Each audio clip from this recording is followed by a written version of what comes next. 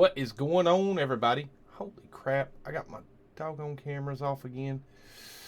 Alright, let me see how to fix this last time. I unplugged the dang thing. Caboose, welcome to it.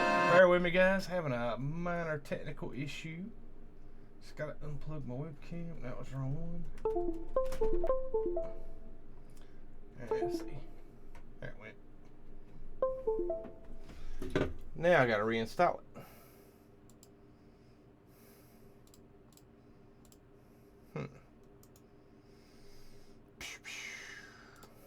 Alright. Knew as soon as I got started it was going to be. There we go. I think I'm up now. Nice. Alright, cool. We got it sorted out. Yeah, I'm telling you what, the new monitor seems like more of a going to happen instead of a might need to be a put off until after August. Welcome to it, guys. Let's see. Let me do the roll call. We got Mad Scottish Gaming. We had KJPC Gaming in first. Let me roll back to the YouTube chat. Okay, cool. We got KJPC Gaming, Mad Scottish Geck, MT Colin Forge, Ozzy, JW, Vangelis 2019, Passive Display, Lone Pine, Beeblebum Go, Telepath, Leslie White, Caboose 1396. What's up, buddy? And thank you for the subscription. Welcome to the channel. We got Inkanu, Big Pidge, Gra, Aaron Toke. What is up, dear? Let's see. We got Blobby Blobarian. How you doing, buddy? We got the one, the only, world famous Xaines World in the chat. We got Cassie Abrams, Jeff Koski. Let's see. Dark Lord Zelric, Ford Prefect, 42, Sampy Tech. What's up, my dude? TK's 3D Prints. What's up, buddy? Watt Mickford. How you doing, buddy? Chris W. And Christie's Beach. What is going on, Christy? How you doing tonight? Shake Stolabake, Weston Smith, Warcrown, Danable, and Lava Lamps. What is up, buddy? Notifications not working. Oh, no worries. Oh, crap. That sucks. All right, guys. We are going to do the podcast tonight. So, guys, Discord chat is open. The link is in the description of the channel, or description of the video. But yeah, if you want to come on the show, guys, and talk about some No Man's Sky, there's not going to be any gameplay today. Just trying to keep the assets light on the PC while I'm doing this. So hopefully Discord doesn't have a stroke tonight. So yeah, we'll go ahead and get going, guys. How are you guys liking this new update? That, to me, I didn't think they could top Synthesis. But I'm loving these living ships. I'm loving the assets that they've added to the space discoveries. I'm loving where the direction the game is going. They're making it... It's giving us more to do. Giving us more to play. Giving us more to get invested and involved in. I'm really digging it, guys. I'm really digging it. I'm gonna say that, and let's see. Let me get on that and drag that down to where it's in the center of the screen. Nice, and then see. That is that. Let's put that right there and shrink it down just a little bit, guys. I'm still setting my format up for the stream. Bear with me. Hopefully, I don't get too out of whack here. I did. Nice. Okay, cool. Now let's pull that right there, and we're good to go. Awesome sauce. Okay, anyone wants to get on the speculation stream, please go to heck yeah. And Zane's listening. I'm almost finished that silver stockpile for Hestia for living ships. Nice, seriously. Heck yeah, Pod Hub, yeah. What's up at Dano? How you doing, buddy? Funny, the best streamer isn't one of the 3 shows above the stream title. What? Okay. Oh, man. Biopod. Cool. Heck yeah. Sub to Lava Lamps. What is up, Fire Knight? Welcome to it. I clicked Discord and it took me to Mixer, which was fine. I'm used to YouTube. What? Oh, my God. Let me check that link, guys. Let me check that link. Let me see what's going on here. That's the Discord link. Yeah, sure enough. Alright, links in the description. Make sure you check the right link there, Fire Knight. You might have... If you look like directly into the description of this video, the link is right there, guys. All right, guys, feel free to join in and come in on the conversation. Let me get my computer set back up. And guys, this is like my first dedicated podcast, so bear with me because there's going to be quite a few technical issues. Going to be a lot of hey guys, let me fix this real quick kind of situations. But I do need your feedback in the chat for the audio and the. Let me go ahead and get that going before I forget, because I was supposed to have done already did that. Okay, cool. All right, cool. And get my headphones back on. Nice. Just got home with the kiddo. Will do. Click the pop up. Nice. Spent more hours in game with the living ship than anything else. Heck yeah, TKs. Make it a little more unpredictable no matter what you're doing. Yeah. Awesome sauce. Heck yeah. What's up, my kitty Tasha? How you doing? Welcome to it. Working on living membrane, but I love it so far. Heck yeah, Weston. Derek Powers, welcome, buddy. Nice. Theme title sword. Oh. Yeah. That's alright. I don't need to hashtag it. Just got home with a kid. Cool. Anyone want to get in a speculation stream? Cool. He's going to pull me away for dinosaurs before too long. Oh no. Audio and stream all good. Oh, thank you, TK. Frequency of episode is key to success podcast. What is up, Eshmerel? Welcome to it, buddy. Love to speculate, but wifey's asleep. I understand, Leslie. No worries. I think the main question everyone is wanting to know. Okay. I'm really unlucky with upgrade spawns no matter what I do. Oh no, Aaron. Yeah, I know. I've had a rough go of it. I've had a rough go up myself. I think, which then again, a couple of them, the warp drives were 240, high 240s. Wasn't like horrible, but they wasn't, the third or fourth one was pretty rough. So let me go ahead and knock this music down just a tad bit more to where it's just barely going. There we go. That's a little bit better. All right, guys, we got Incanu in the Discord call already. Let's go ahead and get him on in here, guys. All right, Ikanu, how you doing, buddy? Welcome to the podcast. And he's muted. Nice. Guys, if you want to join the call, jump in the podcast waiting room. What is up, Ikanu? How you doing, buddy? I'm fine. Good to see you, man. Good to see you. So, man, what's your thoughts? We're a week and a half into the living ship update, man. What do you think? What are your thoughts? It's good. It's very nice. A lot of additions, and the ship is keeping everybody busy. I know, right? So it's good. Heck yeah, man. Heck yeah. What anything that stands out specifically that you enjoy more than the rest? Carbon planters. Ooh, good point. Really. Yeah, I spent a good hour of the stream last night just putting carbon planters down. Yeah. Oh yeah. Me too. Filling up bases with carbon planters. That's what I'm doing lately. I've got the ship, and I'm starting to like it more and more. The living ship. Uh-huh. I wasn't sold on it, and not bad. It's growing on me. It's winning you over. Yeah, slowly. So, have you been out and discovered any of the new the space assets that they've added to the game, the encounters that they have in the game? Yeah, I've found some big old red blob with all kinds of tentacles coming out of it. I found a civilization pod. Mm-hmm. And I found 2 upgrades for the living ship, but I haven't really been pulsing much with it, so of course that won't happen with the other ships. But I like those additions, but I haven't really... I found one thing I could shoot and it gave me something special, but the other ones are just for watching, I guess. Maybe later on they will add something to it. Yeah, man. I don't know. I mean, like I said, there's a lot of cool stuff. I'm hoping they add some weapon technology to it, so we get something more like the positron injector added to the living ships. For the living ship, indeed. Yes, sir. thing. I also like the infra knife, so maybe that would be a nice addition. Heck yeah. Let's see, Leslie says, how about they do a bio range? Might be fun to jump in a centipede roamer. Ooh, nice.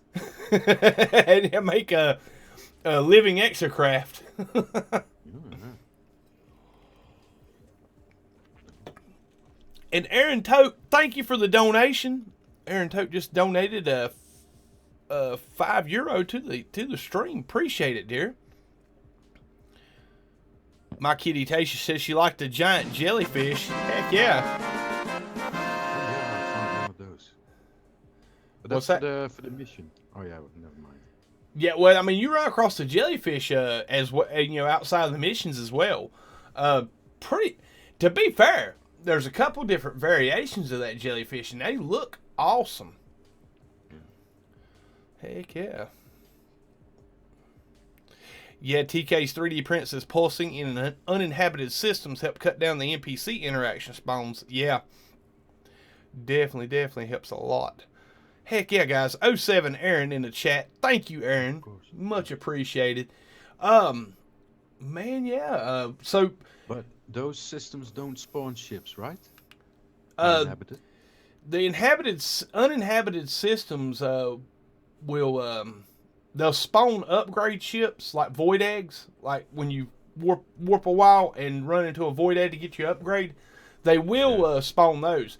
They won't spawn NPC ships because the space station and all the buildings aren't there.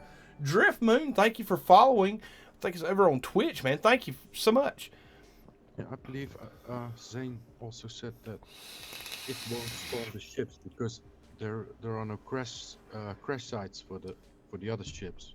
Yeah, and they may not spawn for the void eggs for the ship, but like for your ship upgrades after you've already got one. I believe is what he was referring to. Child of Helios is easily the coolest addition. I don't know, JW. I don't know. The Child of Helios is pretty awesome. But guys, I jumped in the other night and run across like a 700-foot geck head in space. See which side I got. Yeah. Give me a second. Let me see if I got it saved here. I think I saved it in screenshots the other day. And I'll put it up on the main screen. There it is. Cool. Let's go ahead and get that full screen. Here we go. Yeah, here we go, guys. Full screen it. And, give me a second. I gotta go to the display capture. Let's see. Display capture. Do I still got it? There it is. Where was it at? Oh, I got it full screen here. Cool. Nope, there it is. Nice. Let me go ahead and get this sorted out here real quick, guys. Alright, let's see. Let's transform that one to fit the screen. Cool. And then we're going to move this up to the top here. There we go. There you go, guys. Yeah, I ran across this the other night during the stream. And it's like it's a first spawn remnant relic. Probably, I know a lot of the Gek fans out there are like super happy to see some cool stuff like this. I know Golden Gek and John Hall have to be pretty happy about it. 07 Eshmerel in the chat. Thank you for the super chat fiend in the house. What's up, buddy? Thank you for that $2 super chat donation, buddy. Heck yeah. But yeah, guys, there's the Gekhead relic. And to be fair, I will go ahead and admit that there is a lot of the assets I have not run across yet. But what I have run across, I'm very stoked about.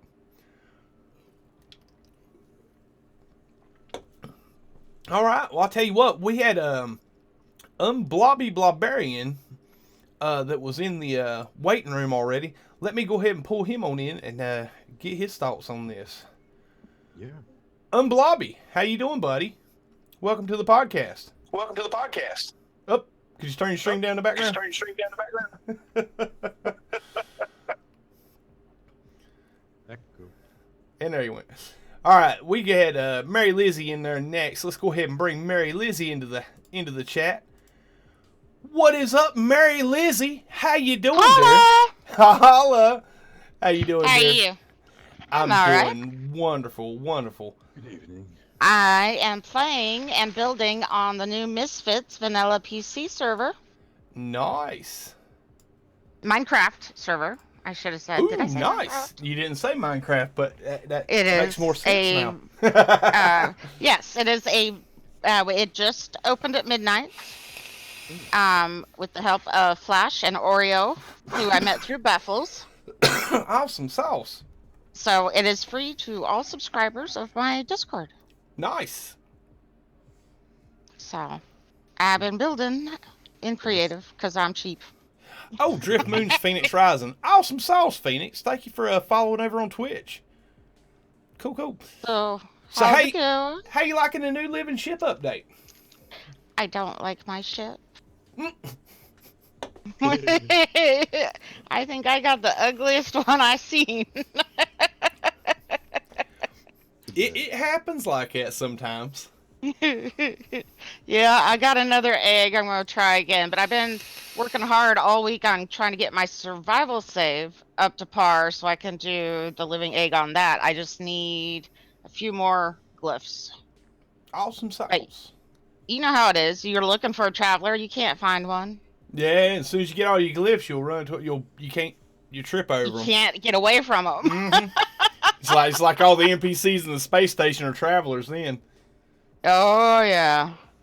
Hey, Chad, how's it going? Holla! Awesome sauce. So, out of the new content, what's your favorite thing with the new content, Mary? Oh. I do like the Living Ship quest, except I had a lot of problems. It took me 3 days to find all of the graves to collect souls. Oh, brutal. Yeah, and that was just searching off and on because I'd get frustrated, I'd give up. My numbers after the dot would just keep changing. Mm. So I would just keep walking around, and I couldn't actually see grave markers until the patch Oh my That's goodness. awful. for some reason. So I got my first one because a fellow player happened to need the same one and was already there. Nice. So I just flew to him. But after the patch, I found the other two within hours. Nice. It's a little frustrating. Because I was also in Eisentam. So I had to get back to Euclid. That's on my legacy save, but I've been having a lot of trouble with streaming my legacy save. It just buffers and I've dropped no. 50-60% of frames. Let me ask you this: what's your frame rate set at 30. on the game or in game? Oh, in game 60. Match I match was to what trying you're it at streaming. 60. Match it Okay. to what your stream output's going to be. I found that I buffer and drop frames more and more because basically my graphics card and my monitor can handle 144 frames, but Streamlabs only allows 60. And when I go above 60 frames, I noticed that Streamlabs has a hard time encoding the stream out to restream. Well, and another interesting thing that I worked out with Husbeast is out of my 3 current saves, my legacy save, which is pre-beyond, I have a normal save that is post-beyond, and a survival that is post. KJ, do you know if did we start the survivals before or after? But the survival and the second normal are both small files. But my legacy save, it was taking up 90% of the bandwidth. And then I was trying to stream on that 10%. Oh my, that's rough. And yeah, so Husbeast was watching the network, and when I dropped and switched saves, I went to practically nothing on the network.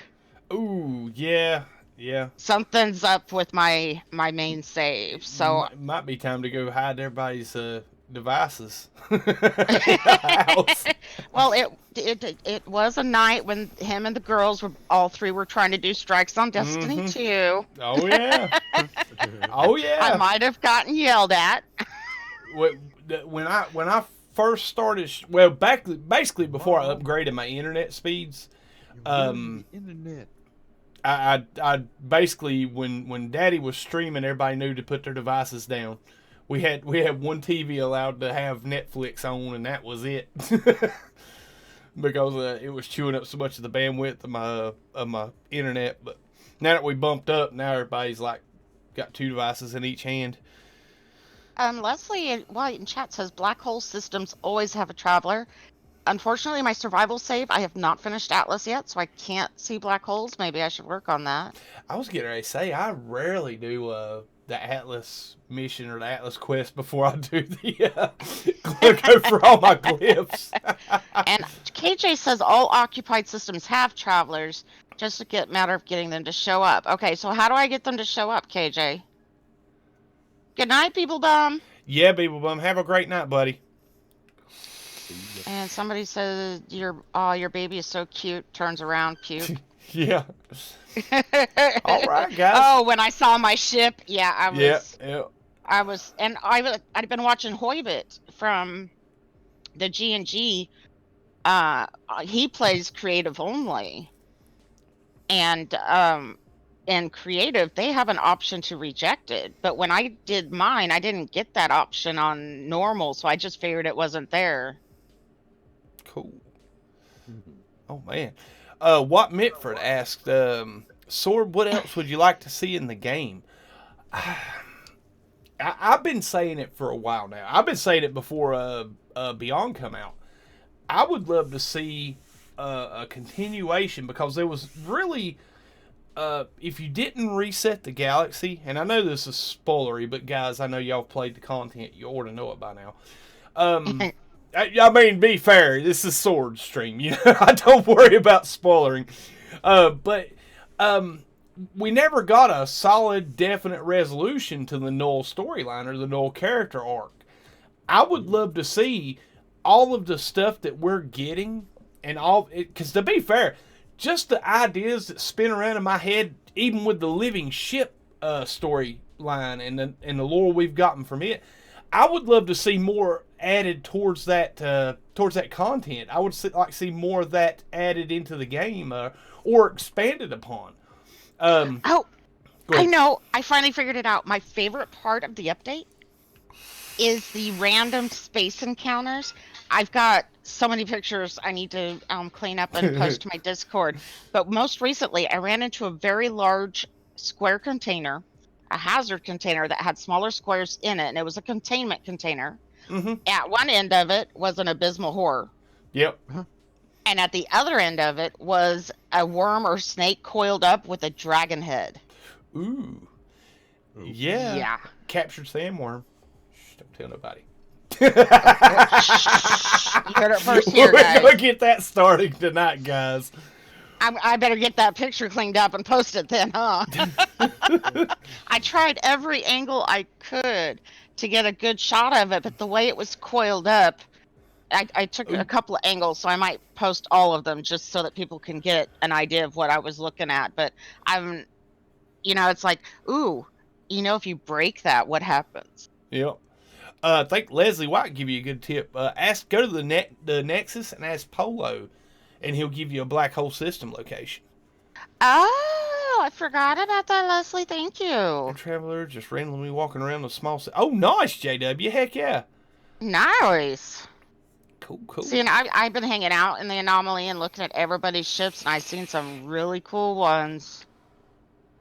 And then I go and look at mine, and it's just nearly not flopped over. Now, let me go ahead and respond to Leslie real quick, and we got somebody else in the Discord call I'd love to introduce. Oh, sorry. Leslie said, Sword, how about Null being the reason the Void ship research stopped? He said he got revenge on the people who took his bio body. That is, honestly, listen, this is something that's kicked up into my mind ever since I started going through the living ship lore. Everybody painted the Gek first spawn as such a the big bad, the baddies, the guys that were just unruly and unremorsefully destroyed Korvax Prime and enslaved the Korvax. Let me ask you this. What if we got the other side of the story and basically the Korvax were researching this living ship technology to take over the galaxy and make war with the Gek and the Viking. How else would the Korvax know to put their nanites in the spawn pools? Yeah, that's what I was thinking of. I'm like, man, here I was feeling so bad for the Korvax, but the Korvax was getting ready to take a massive technological leap and have a technology that that was that would outdo the Gek and the Viking. Maybe it wasn't that they were just so evil. Maybe it was because they were trying to defend themselves by a preemptive first strike on the Korvax. All right, so we got another guest in the call with us. We got the one, the only KJ PC Gaming. How you doing, dear? Okay, how bad is my sound this week? Your sound is fine to me. It was a sound on stream that was bad, so I'll just wait for the stream answer. All right, guys, can you hear KJ PC Gaming clearly and quite well? Let me know in the chat, guys. And not echoey and yucky and blocky and blotchy and. I hear some echo Mary, in your. the Like person you're in a asked can. about finding travelers is Sword. What's that? The person to ask about finding travelers is you. Oh, really? I learned it from you. Now, KJ, do you have your monitor on or your headphones? What? Do you have your audio coming through the monitor or the headphones? Just the headphones only. Okay, so I'm catching a little bit of feedback from the stream or from the Discord call back through your mic. How about now? Sounds good? Yep, there you go. You got it. That's weird. I have two Discords on my sound. Awesome sauce. So, KJ, what is your favorite part of this newest update? It's a 5-day mission. Yeah. I mean, it's like, I think there's just a handful of us that actually enjoy the time gates. yeah, that was an odd. I wasn't expecting so much blowback about the gates because so many people complain about missions being over within a second. Yeah, You know? those same people complaining about the time gates are the same ones that are going to be at the end going, I got nothing to do. Yeah. To be fair, and this was kind of I still getting a little feedback from you, KJ. To be fair, a lot of the issue and this is a personal thing of mine. The one problem I had with the time gates was that if you was a content creator, you had to more or less to get the content out and be one of the first ones out with it, so you wouldn't start in a week behind with the living ship content. Was to go and edit your time and go through the mission. And I ended up finally just biting the bullet. I said, if I'm going to edit my time to get it to where I can do it during my stream or my broadcast time, I might as well just go whole hog, do the entire mission on one stream and get it out, get it out there and be done with it, and then do my my other saves the proper way. And man, goodness, like I said, there was a lot of blowback for those time gates. I'm kind of glad they lowered them back. I know Xaine caught one that was 24 hours and 30 minutes today, but I went through them and I hadn't seen them above 24 hours since the update, so I'm pretty happy about that. Yeah, My last one after the patch was 27. Yeah. Oh mine my. was wrong, too. It gave me 5 days worth of content. Yeah, Nice. that I liked. But it was very nerve-wracking. It was like cat on a hot tin roof, nerve-wracking because what if I failed? What Yep. if it took me an hour and a half to find the locations? That was nerve-wracking. Gross, I blame you for my Yeah, time sheet. seriously, I turned down all the volumes because it's just too much echo. Yep. I can give it a little bit more. Now I can put your volume up if you need me to. Let me see what I got here. I got a little bit overhead. Let's see what you got. Go ahead and give us a mic check, KJ. What you got? What you really, really want? She's throwing the Spice Girls, guys. Still very low for me. Yeah, See, I've and got my I'm- volume manually turned down, so. Oh, it's- okay. Yeah, I can barely hear KJ. How about now? Better. Nah. A little bit more. Push it up a little bit more. How about now? A little more.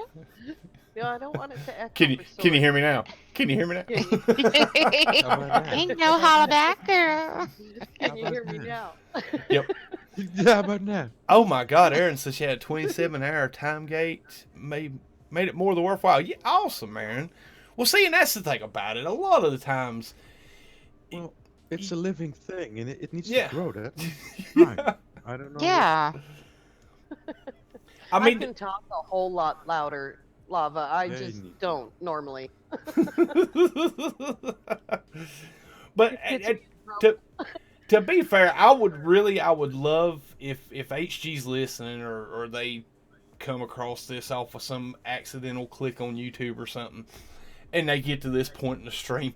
I would love to see them lower the time about gate that? down to something similar to the selenium and the cactus flesh, because that 16-hour time window actually works out perfect for a lot of people that have jobs or daily commitments and stuff like that, to where, you know, they don't have but a certain time that they can play, and, you know, with it being a 16-hour time gate, it will allow for you to have a bit of play with, like, say, I can get on and play at 8 o'clock tonight, but I'll be home at 6 tomorrow. I don't have to worry about it being, you know what I'm saying? I don't have to worry about it not being complete by then.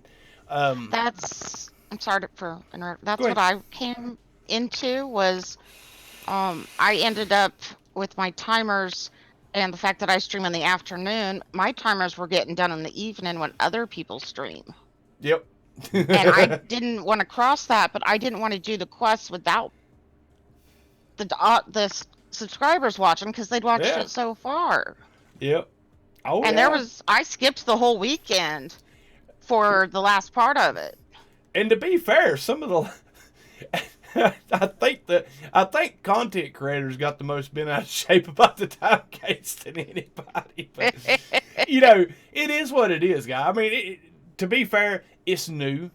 It's something they haven't tried before, and some new content to the game. It's gonna have its feedback time, and it's gonna have its patch up and alter time. And you know, with Synthesis, I was so happy for HG for that update, because it had very small bug fixes. It had a lot less bugs than any other update I've ever experienced with the game, and it was really good content right out the gate. And you know, I was so happy for them and so proud of them for what they did and with this latest update. Then when Living Ships come along, I think everybody was just kind of caught off guard, because we wasn't expecting it to be that quick, and two, it threw time gates in and made content creation a little bit interesting.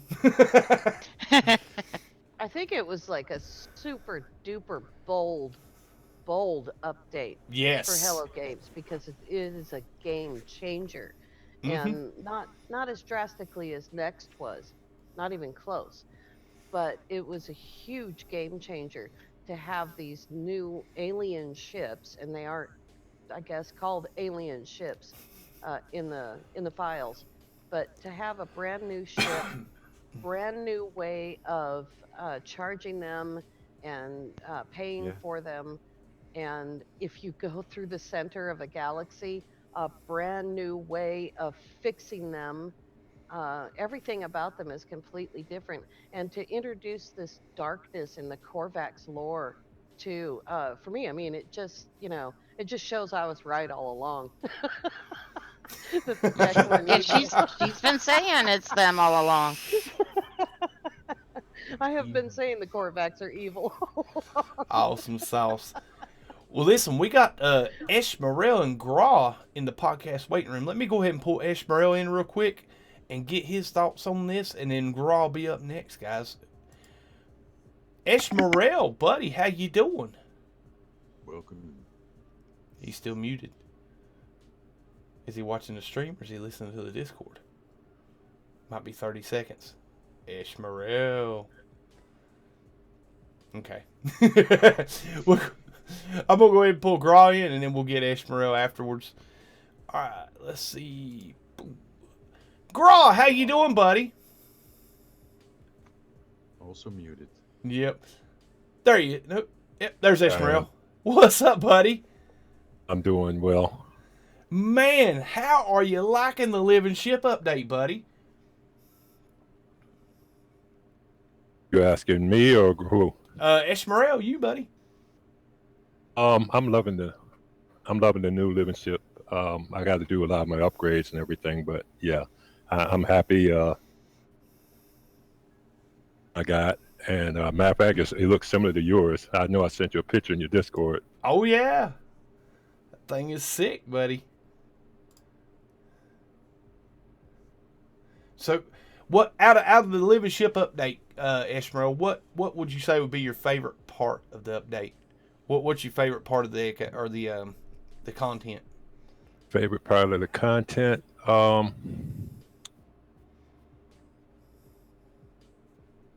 think I agree with Mary. I like the new random encounters in space.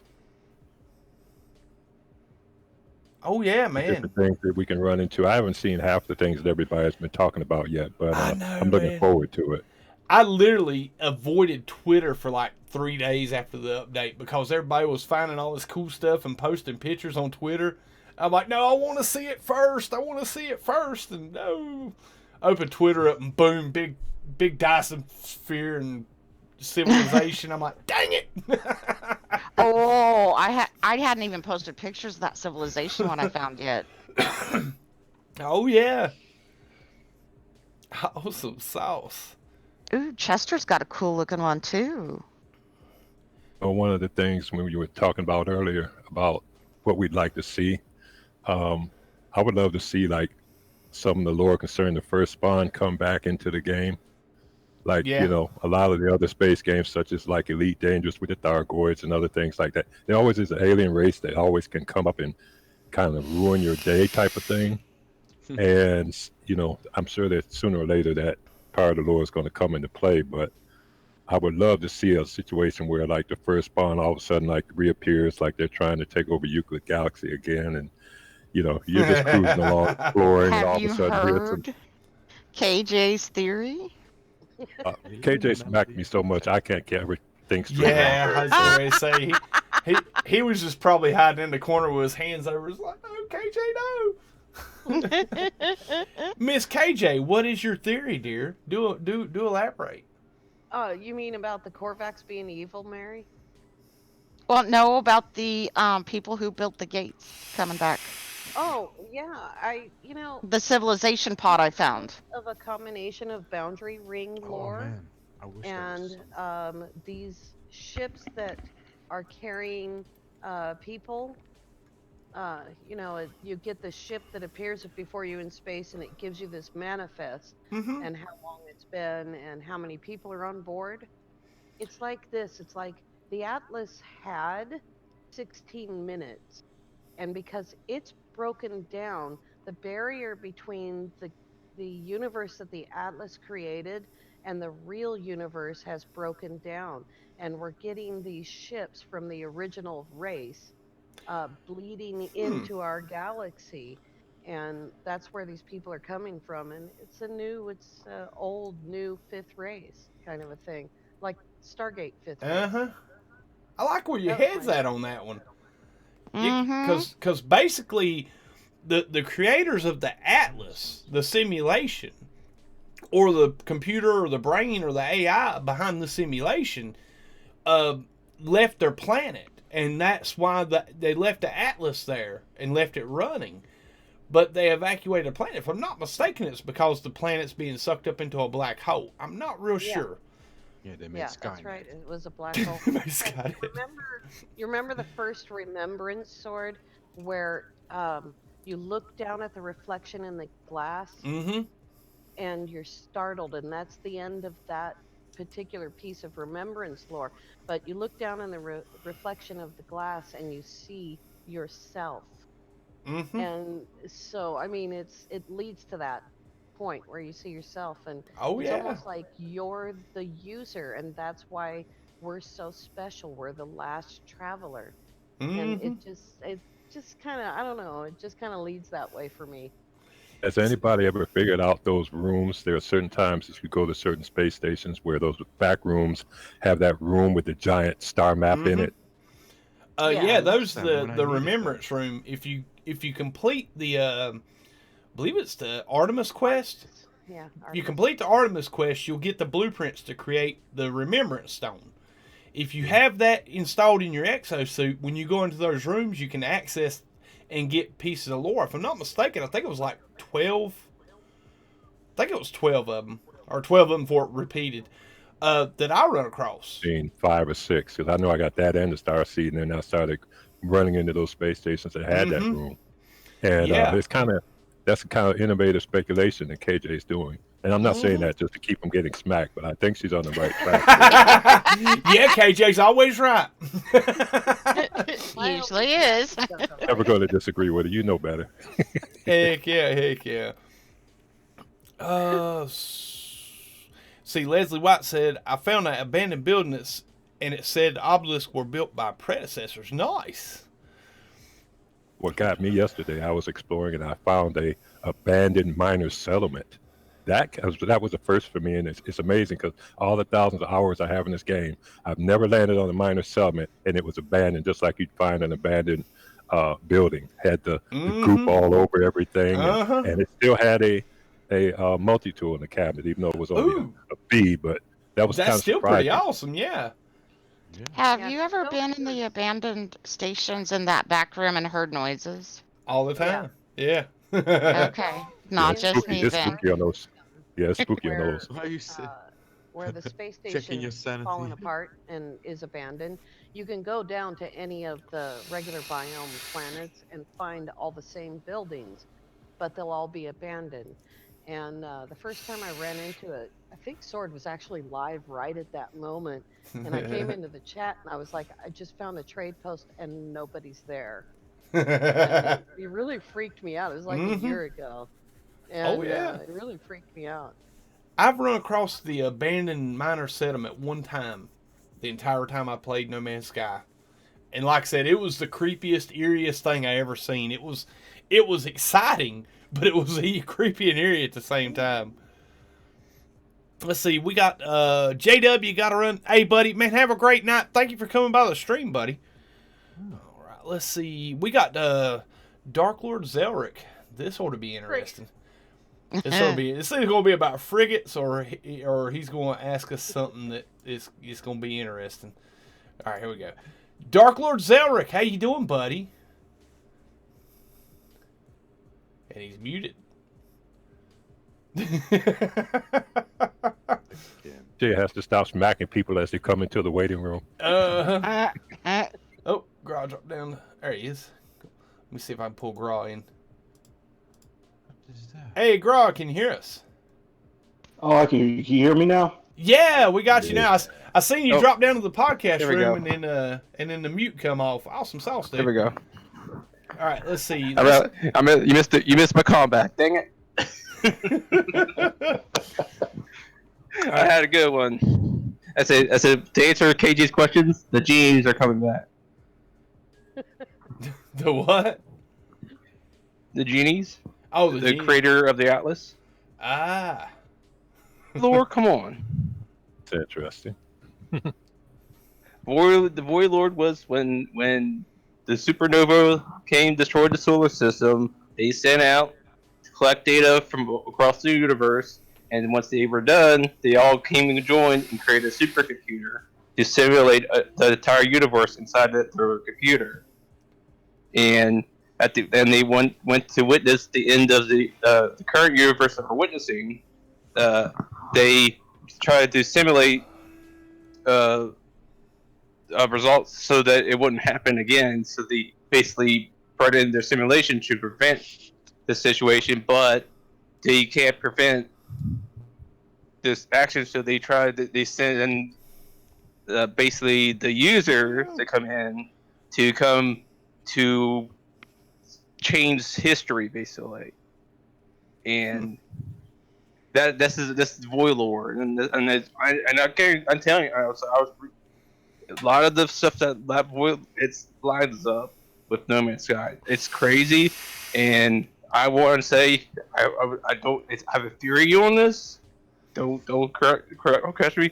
I have a feeling that because I know it was that game was actually made in Europe, really close to Guildford, Mm-hmm. and I had a theory it could have been somebody from HG that made it. That just maybe they were maybe by themselves, but then they decided they have this something they wanted to work they had already, and they just decided to implement from that to make No Man's Sky, and that's what was my theory. But I'm that's a long shot. But like a lot of Hey, but a lot of the saying like a lot of the lore that's in there, it's lines up with No Man's Sky. That's why oh yeah. Well, I mean, hey guys, part of the title on the stream tonight, speculation for upcoming updates. Hey guys, I want to hear it. I want to know what you guys are thinking out there. I mean, trust me, I've come to realize with Hello Games, there's not really a limit. they'll do What stuff still that baffles me. yeah. I'm sorry to interrupt you. Go ahead.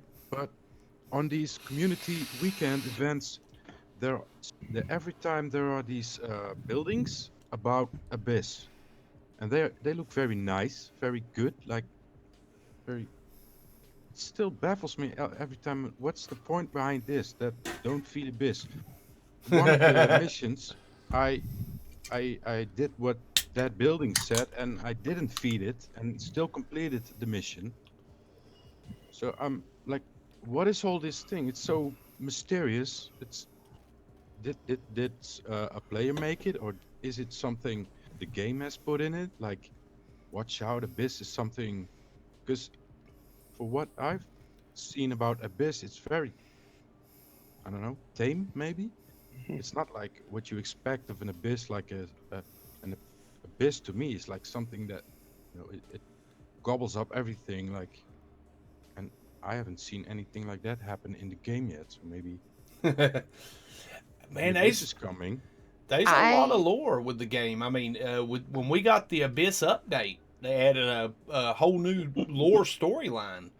Where those crash freighter survivors that was marooned on the planet. They went into that underwater cave and found those found that material, or the materials to fix their ship, and they was never heard from again. That's what I mean. That story is not resolved. So Well, Yeah, but I think there's a different way that I've been looking at this game so far. Because we have the alien tools and all this. Now we got the alien ships. But I've always looked at the Traveler almost like the antivirus to a system that's completely corrupted. Many times before it's been tried to reset, still failed, and this is pretty much the last time. But of course, time inside the system is different than time outside the system. But with all these aliens, it looks like they're able to maybe circle back and bring some of maybe the first system back, or some of those enemies or whatever the hell caused the problem in the beginning. Maybe we will get a rounded understanding of what happened. While With many more updates to come in 2020, which is a quote. yeah, The thing is, they use scintillating. the community event and other small updates like Visions and Abyss to foreshadow to us what's coming. And you can kind of read in it. Before Beyond dropped, all of a sudden, the last month before Beyond dropped, we were finding ships that had names that included the word Beyond. yes. And you remember that, Mary? I also, when you scan things, some of them are waiting for the Beyond. Some were waiting waiting for the Beyond. Yeah. for the echoes of the And, Beyond. And the Echoes Okay. thing is a Corvax foreshadowing. Yes. And we have an anomaly in space now that is a transmitter set up to spy on the Echoes. And it's a pretty trippy one. There's not a whole lot there though. It's just a tiny little hint. Mm-hmm. And you know, of course, Sean's never going to come out and say, "This is what we're going to do." He likes to play games with us. Yes. He Well, and loves shows like this where everybody gets on daydreams and speculate. I think he like when Cobra was at his peak with the hype stuff and people were just coming, like especially during the ARG time, where people were speculating on everything we was going to be getting an update due to the ARG lore. But I think Sean and his crew was watching every stream like, hey, we can do that next. That's a good idea. Well, for me, for some reason, I don't seem to come across very many traders in space. I seem to come across a lot more anomalies Mm-hmm. of things. And from what I've seen, I'm pretty sure, I would say 80 to 85% confident that the next update will have something to do with the abyssal horror. That's a hard Yeah. word for me. Abyssal. Abysmal horror. Mm-hmm. And the monstrosities possibly.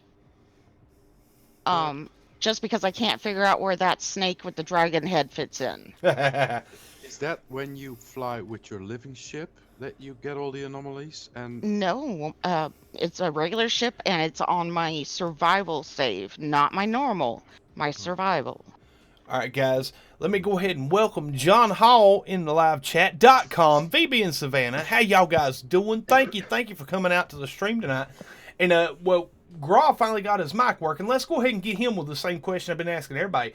Graw, what is your favorite part of the Living Ship update?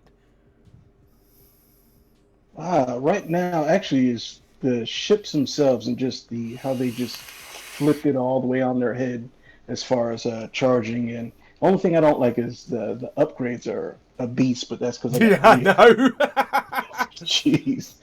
But I'm liking the new challenge. It's giving us something, to sink our teeth into, to grind for, something to go for. So I think it was a refreshing little change because, hell, I don't think I flew any of my other ships since it's come out.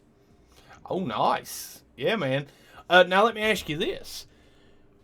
What would you like to see added to No Man's Sky content after this update?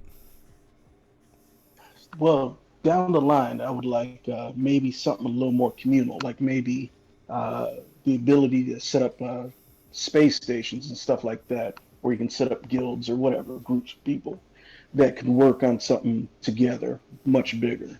Hell, updates to freighters, give us, some more capitals or do more with the capitals.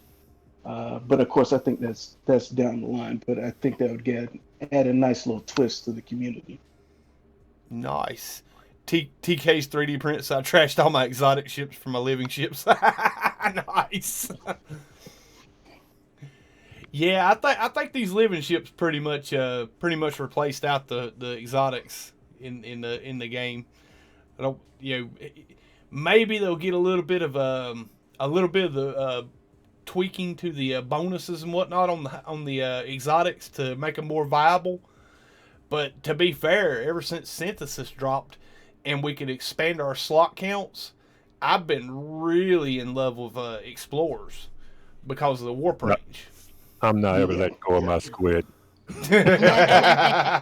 I'm keeping Kraken. I'm sorry. The Kraken. I've got Yeah, I three kept my squid. now, and all three. So I got rid of my squid the first day that What was you saying, KJ? I've got 3 living ships now, and they're all parked in the landing bay. I'm flying my fighter as always. Yep. Oh, I finally broke out. I went back to my Explorer maybe like basically off stream. I just get back in my Explorer because it's just so fast and I've got it built up so high. It's just so much easier to travel with. I got to break down and get this living ship upgraded. So I'll probably on my off stream nights be really just pretty much put something up on Netflix on the other monitor and be just pulsing through systems and get my upgrades. Yeah. Oh man, I miss the positron so much though. Hopefully, I put on Xaine, belching cords or something like that, and let us get it back. Yeah, I know. Heck yeah. Well, listen, guys. There's 56 of you watching, and I got six of you in the Discord chat. Guys, seriously, if you want to come along onto the Discord chat, the link is in the description below. Join the Sword Discord, jump into the podcast waiting room, and we'll pull you in. I would love to hear your thoughts and your speculations on No Man's Sky and this update and future content. Join the Swordcast. The Swordcast? Oh God, no! I was sitting there about 10 o'clock this morning, and when I finally made up my mind, I was going to just really buckle down and do a podcast type format and have a call-in show once.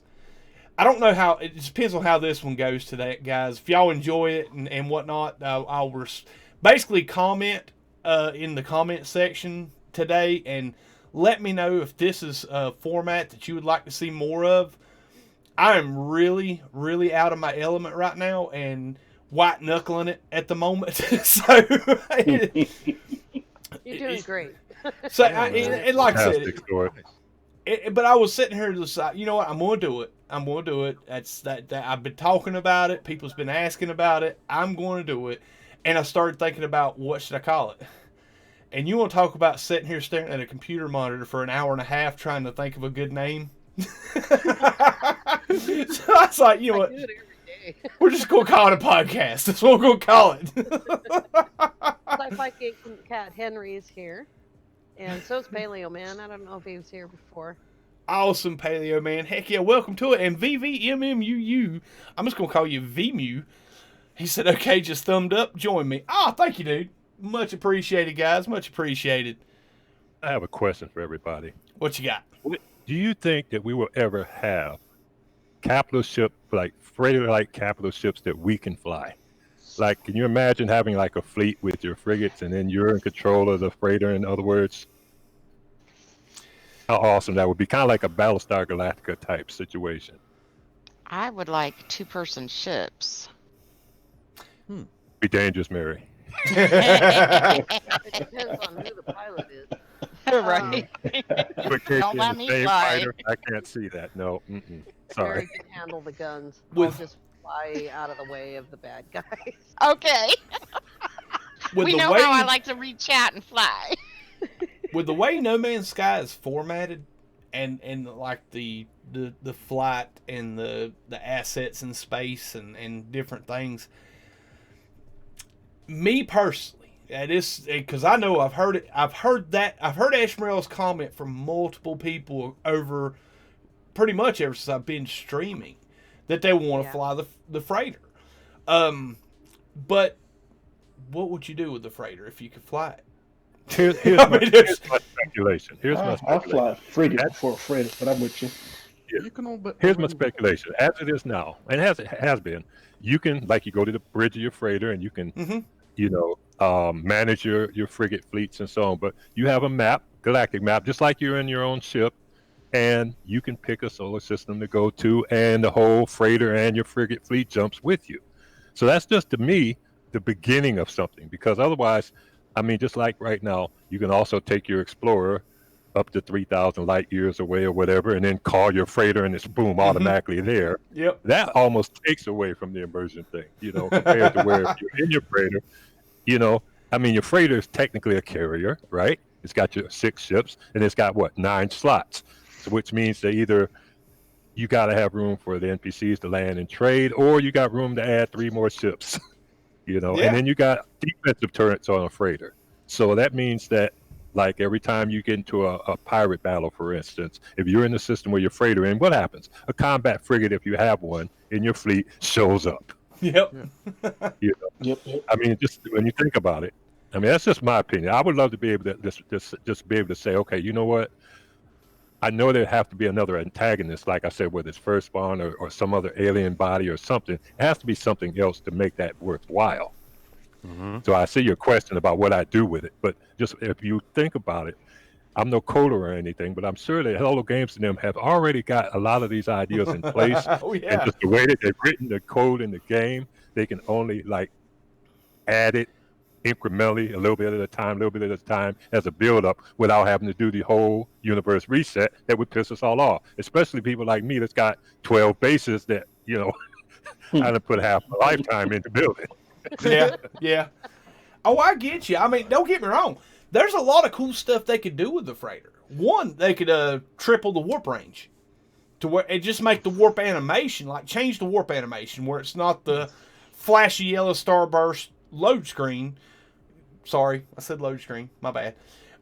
It's a beautiful load screen, but it basically changed the warp animation on a freighter to where you actually see your freighter going through hyperspace into the next system and give them a 10,000 light year range, but make the animation like 30-40 seconds. So it kind of balances out. Like basically you can on PC you can slap through 10,000 light years in 3 jumps with an Explorer, but the freighter have a cooler animation, give it more of a appeal to do it. It should be a different. Let me give you an example of what I'm talking about. Okay, on everybody's freighter, you go to your freighter. If you go up on the very ledge where the captain's seat is, turn to your left. At least on my freighter, it is. Like I have Viking's crew. There are 2 Vikings just sitting there doing nothing. Now Yeah, they have. I think it was next that they allowed those Vikings to be able to just to talk to you, even though they don't do nothing. It's just general conversation, like a one selection. You can select this or leave type thing. But why do they do that? Why are they there even if that's the case? If they don't have something planned down the road later for you to have a crew on the ship. Oh, I agree, but I look at it at the same as the abandoned star space stations. There's absolutely nothing to do in an abandoned space station whatsoever, but it just looks pretty, and it's kind of eerie to walk through one of them. But I agree with you, Ishmael. I would love to see. And this is just my wildest out the ballpark speculation. I'd love to see that be the multi-crew ship, your freighter, to where you can have 4 people join your party, and the freighter, depending on what system you're in, has alternating missions just like the Nexus, to where it like 1B eliminate pirates, but you don't eliminate them with your starships. You got 1 person to fly the freighter, 1 person to manage power management, and 2 people to jump on turrets and run the port and starboard side of your freighter and take out pirates. That'd be slick. Like a Star Trek game. I mean, it'll be cool as can be, but is it possible to add to the game? It's possible, but is that what they're investing their assets in?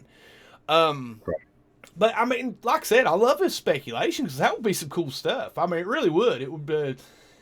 I'm probably the most guilty of anybody. I don't do multiplayer very often. I really don't. I mean, I have fun when I do it, but I just, most of the time I jump on and I got something that I want to work on that I just, I jump in and do that, So it's not, I think that will bring more appeal to the multiplayer, giving us something more fulfilling and more productive and difficult to do in multiplayer lobbies that would encourage more multiplayer gameplay.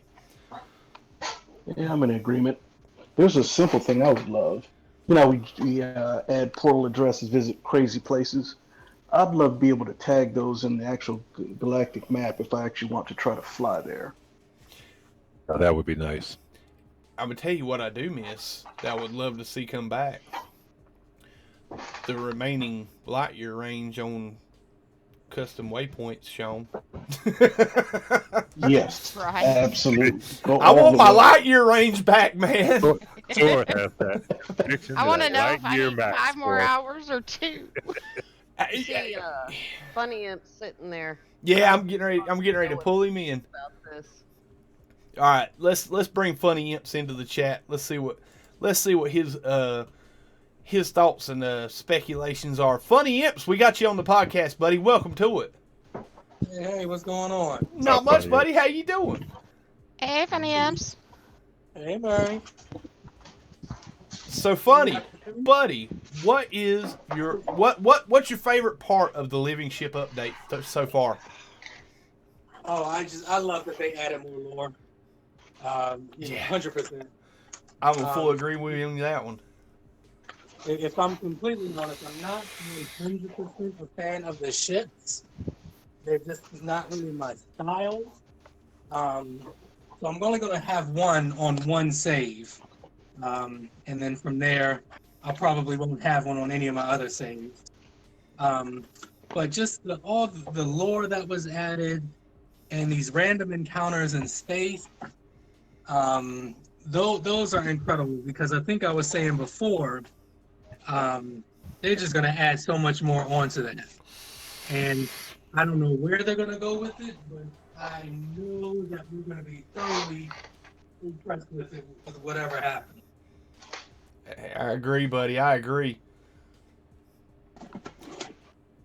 Heck yeah, man. I actually just got my first egg last night. Now let me ask the room here. While I got you here, what are y'all's thoughts on it costing Quicksilver? You know, I wish that since this is, and I guess they kind of want us to stop and smell the flowers and everything, but I do kind of wish that are you talking about the egg first of all? Yeah, you have to purchase the void egg with Quicksilver to start the living quest, right? Or living ship. I wish that it was a little cheaper. Yeah. Instead of 3,200 Quicksilver. You know, because for me, I've been so busy over the past 3 weeks. It's taken 3 weeks to get 3,200 Quicksilver. You know. Yeah. And I agree. And I guess I should blame myself because I was so hard pressed on getting jetpack colors. That's what I was getting ready to say, funny. I was like, I've been kicking myself for those rainbow jetpacks for 2 weeks. Right. You know, I was like, I can always get that egg later. I don't need it now. I'll get the jetpack first. Little did you Right? Yeah. To be Jetpack upgrades, and I can't decide on the color, but beyond that, I wanted all the desert plants and rocks and stuff, and the gamma plants and rocks and stuff. So I've been saving for that. So I happen to have Quicksilver on all my saves, but and it's just an unbelievable amount of work to do that on 6 saves every week. Yeah, well, that's what I was going to say. You know, if you're the type of player that's got one save, and that's what you've been playing since they released it, you're probably sitting around loaded up with Quicksilver and all the items, and you're like, okay, I'm loving the Void Egg being 3,200 Quicksilver. It's no big deal. I got tons of Quicksilver, and it gives me something to do. But if you're a player like me and KJ that's got like 15 saves that you're loading Quicksilver on, it's like, who gets to live and ship first? Oh, I can only imagine. I had to change saves in order to continue the series because of the time gate. And so I had the first 2 parts were on one save on the normal tutorial save, and the whole rest of it I did on my legacy save because the time gauge it was just too much for me to stay up till 2 o'clock in the morning to tape the next day's video. Well, Paleo Man in the chat says that it provides a purpose due to Nexus mission or to do Nexus missions. I would like special multi-tools only to be available via Quicksilver. That is something that I kind of wanted to cover tonight as well, guys, with the Void Egg and the Living Ship mission being tied to being purchased with Quicksilver. Have we stepped over that fine line of because basically up until now, everything in the Quicksilver menu or everything with the Quicksilver specialist has been cosmetic. Yeah. And had no active or no enhancements to your gameplay. With these living ships, on the other hand, and don't get me wrong, there's better ships available in other classes and styles that you can get abundantly, but the only way to get the living ship is through the Quicksilver, through the Void Egg. Initially, even afterwards. What are y'all guys' thoughts on them adding actual enhancement objects, as in the living ships, into Quicksilver menu? A lot of newer players probably find it easier to get Quicksilver than they do to get 60 million units for an Explorer. Yeah. And so if you're looking for a hyperdrive ship that's basically free, nanites and Quicksilver are free. It just takes work. Yep. But, if you're not so good about getting the units, there you go. I would still rather fly an Explorer to travel. But frankly, I usually just travel in my fighter. I mean, it's just a lot of work for me to go land in my freighter and change ships. And, but it is basically a free ship. Yeah. All you got to do is a little work.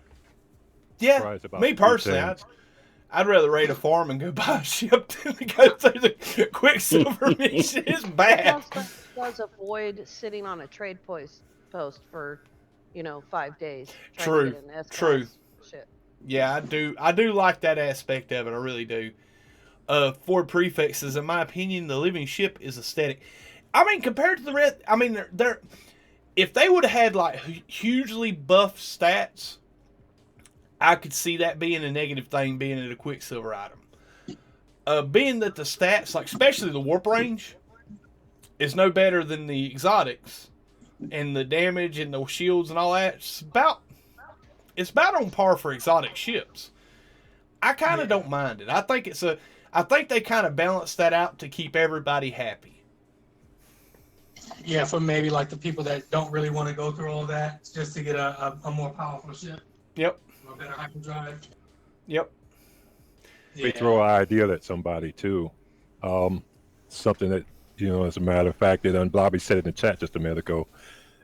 Quicksilver could have been possibly, and this reluctantly, possibly a way that if they wanted to or chose to or decided to, that Hello Games could have said, okay, this is something that you can buy in game. Yep. Yeah, microtransactions. Exactly.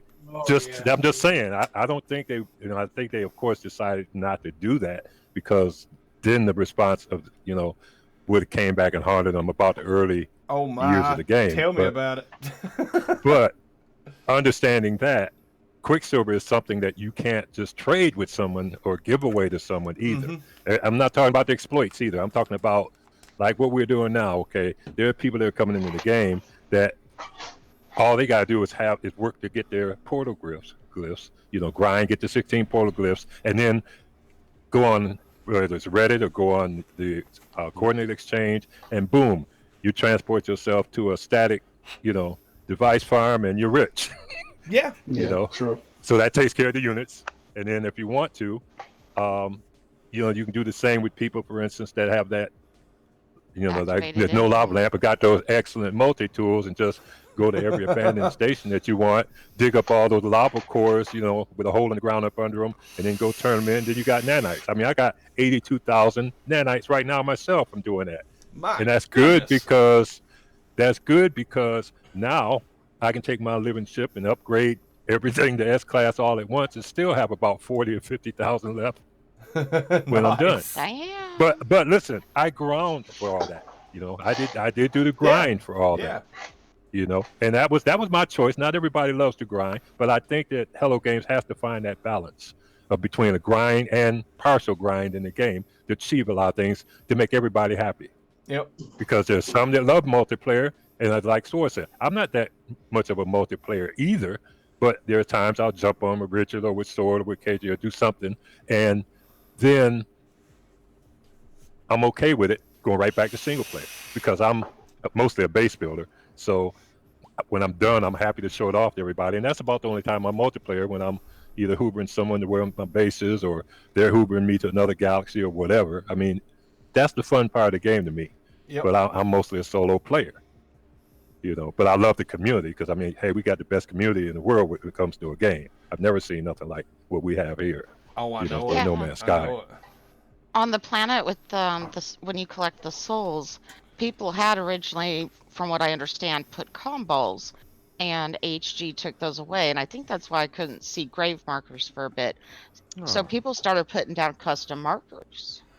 Yeah. This what To mark happened to 'em. me today. I was actually in that portion of the mission with one of my main saves, and what was reading on my mission requirements was two negative coordinates. When I finally got there, I scanned around, couldn't find the grave nowhere. Looked around, walked around, done a little block search around the area, trying to find that grave, and I'm sitting here thinking, well, something's bugged. I'm gonna have to reload my game or something, see what's going on. When I looked and the coordinates changed, and it was a negative and then a positive coordinate, and I was on the complete opposite side of the planet of where I was supposed to be. I don't know if that was a bug. I don't know if I messed up and didn't read it correctly, but yeah, I was getting a little heated. We've had an update between the last time both you and I, Sword, got Living Ship and today. And I did it today too. And it was super hard to find those last 3 locations today. The first 2 times I did it was before 2.32, and it was easy. It was just boom, it was right there. So yeah, something's definitely changed in this last patch. And like I said, with any update, they're going to do basically this is HG's MO. They'll come out with like super quick hot fixes on the beta. When it goes public, the first couple days there'll be 2 or 3 updates. Once they get the majority of players' problems fixed, then they go working on, because that's why they call them hot fixes. It's like a real fast patch to fix something that may need to have code rewritten for later to implement to fix it all and it be a permanent thing. That's the reason I don't get, especially the updates, guys.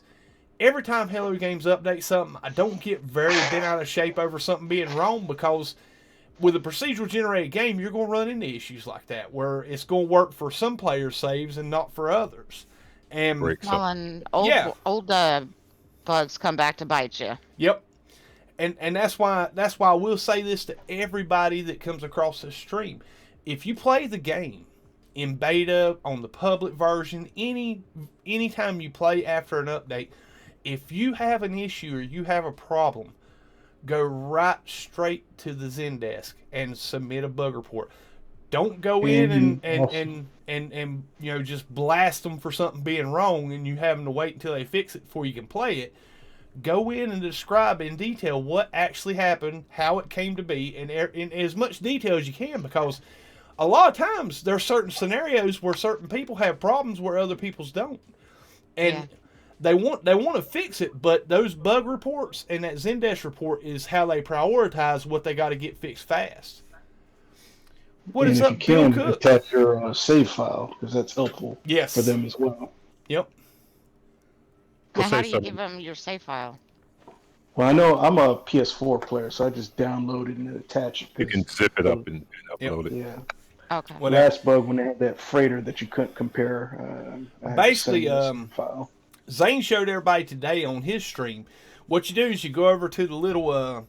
Basically, if you go down to your toolbar at the bottom, especially with PC players, if you go down to the toolbar where the search icon is, click it, hit %, app data, %, and you'll get a little pop-up that's your roaming folder. If you'll click on that, it'll take you, and it'll say, and one of the things listed in that roaming folder will be Hello Games. If you click on Hello Games, it'll say NMS Save. I think it's the next folder that opens up. You open that folder, and it'll have an alphanumeric code in a file there. If you'll copy that, that's your save file. That's your current save. Yeah. Is it for all of them, or are they? Yeah, it's for everything on. Basically, it'll be for everything on your Steam account. Okay. So all your saves will be in that one file. Yep. Yep. And it's a good rule of thumb, especially with people like me. I got a second hard drive, or a hard drive as well as the NVMe drive. I have a backup folder in my hard drive and kept completely off my NVMe drive in case something ever happens to it. I'll have backups in my hard drive to where I can just move them from the hard drive to the NVMe and start right back where I left off. Anybody that's playing on beta or the beta version of No Man's Sky, I highly recommend doing those daily. Doing those every time and don't just replace your, like, basically my No Man's Sky save file. Every time I do a backup, I create a new folder, date it, and put it in just like Xaine did today. And that way you'll have up-to-date backups. So, because a lot of times a bug will infect or you'll have something that'll break your save that won't start showing symptoms until days or weeks later. And if you have those backups consistently backed up, you can actually go back in time to where it gets before the bug or the corruption's at.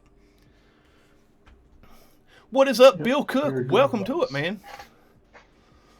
Let's see. Well, things I want to say too, real quickly, Sword, is that, and I might lose some friends in saying this, but a lot of people.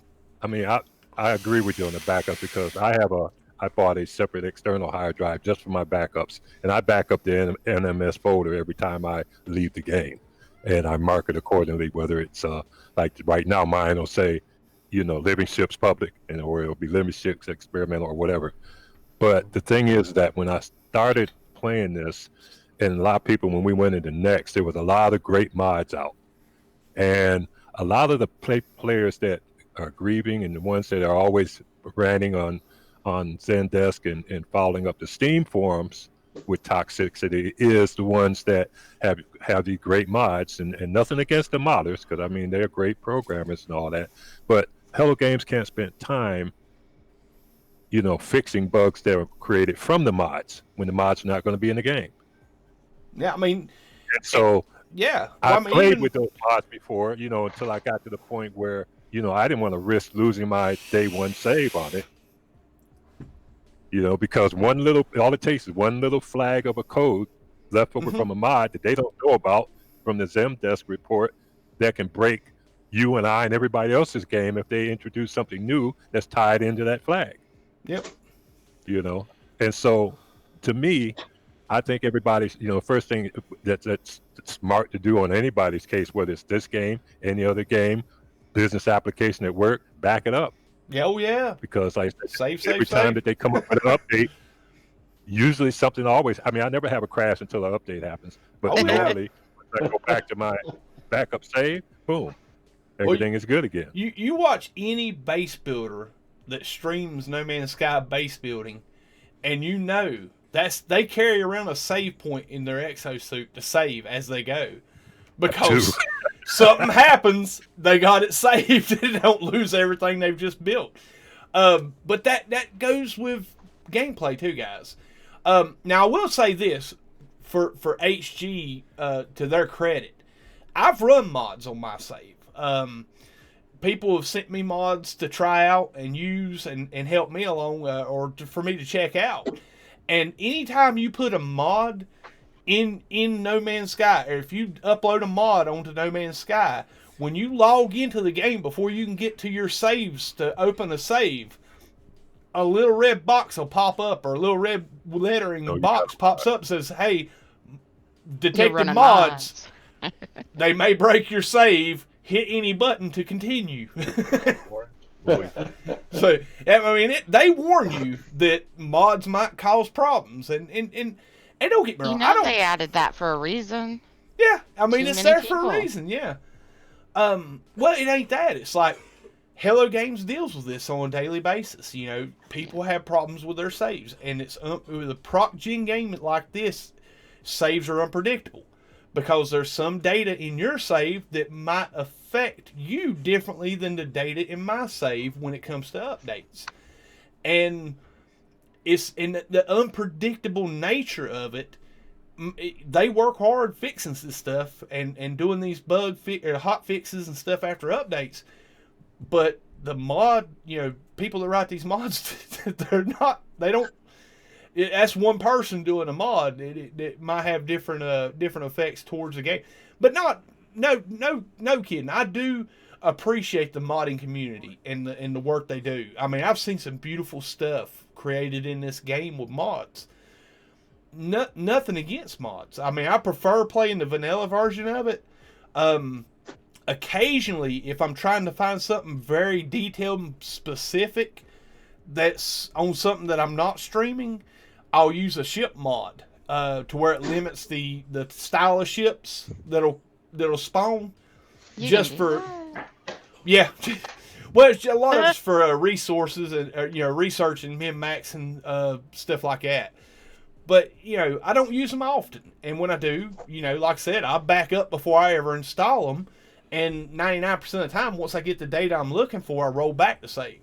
To be fair, the only modded ship or ship I've gotten with a mod was that original Snake Killer, and that was only because they had given they bumped the Explorer warp drive range up to an 80% bonus, and I wanted to be the first one to get one. So, even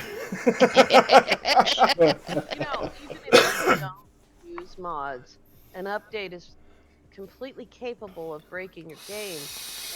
And just thinking about now that Beyond has dropped, I'm in that group of people that has a legacy save. If you just started playing the game at Beyond, then you're probably a lot better off than someone like me that has a freighter that's 18 months old, and I got in the first fight, which you can't do anymore. You can't get a capital ship in the first fight anymore. You can't always get a system ship first. Now, and so I've got 2 saves like that, 2 freighters that you can't get anymore.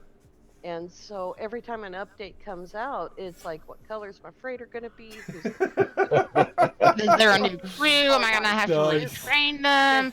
Now, let me welcome real quick Levi Rivers, Walking Cane, and Rolling 106 to the live chat. Welcome to it, guys. And Levi River posted a good question or a good comment. At Sword, I hope that in the future HG will add home system of the Viking, Gek, and Korvax to the Euclid Galaxy map.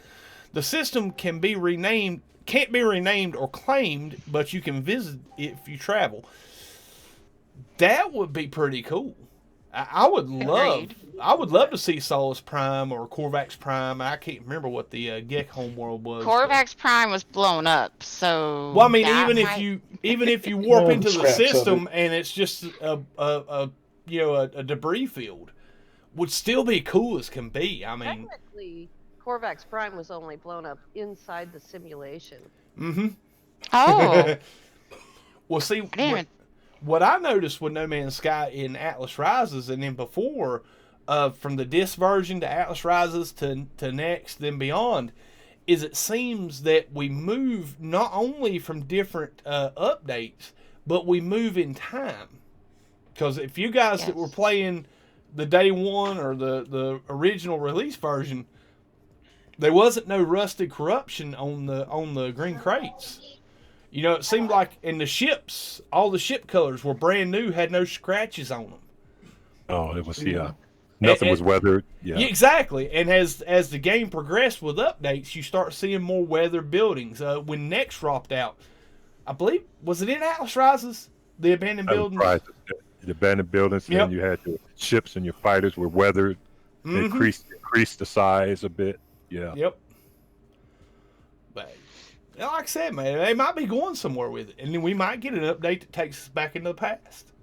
I just got a feeling that to me, I'll just say it this way: every time there's an update, they also have to look at player immersion, and whether that's with multiplayer or the combination of multiplayer and single player. If you look at every update, even the small one with Bite Beat, it has a component that makes you immerse yourself more into the game. Yep. As a player. Okay, and that's both with your solo viewpoint as well as interrelating in a multiplayer viewpoint where they increased it from 4 to 16 or whatever, supposedly. I don't know if that 16's ever worked, because usually everything is 4 from the Nexus, but I've heard that there's like 4 groups, can see each other and all the other stuff. They are not on the Nexus. I'm not sure. I've never been in a group outside of a 4-person group before.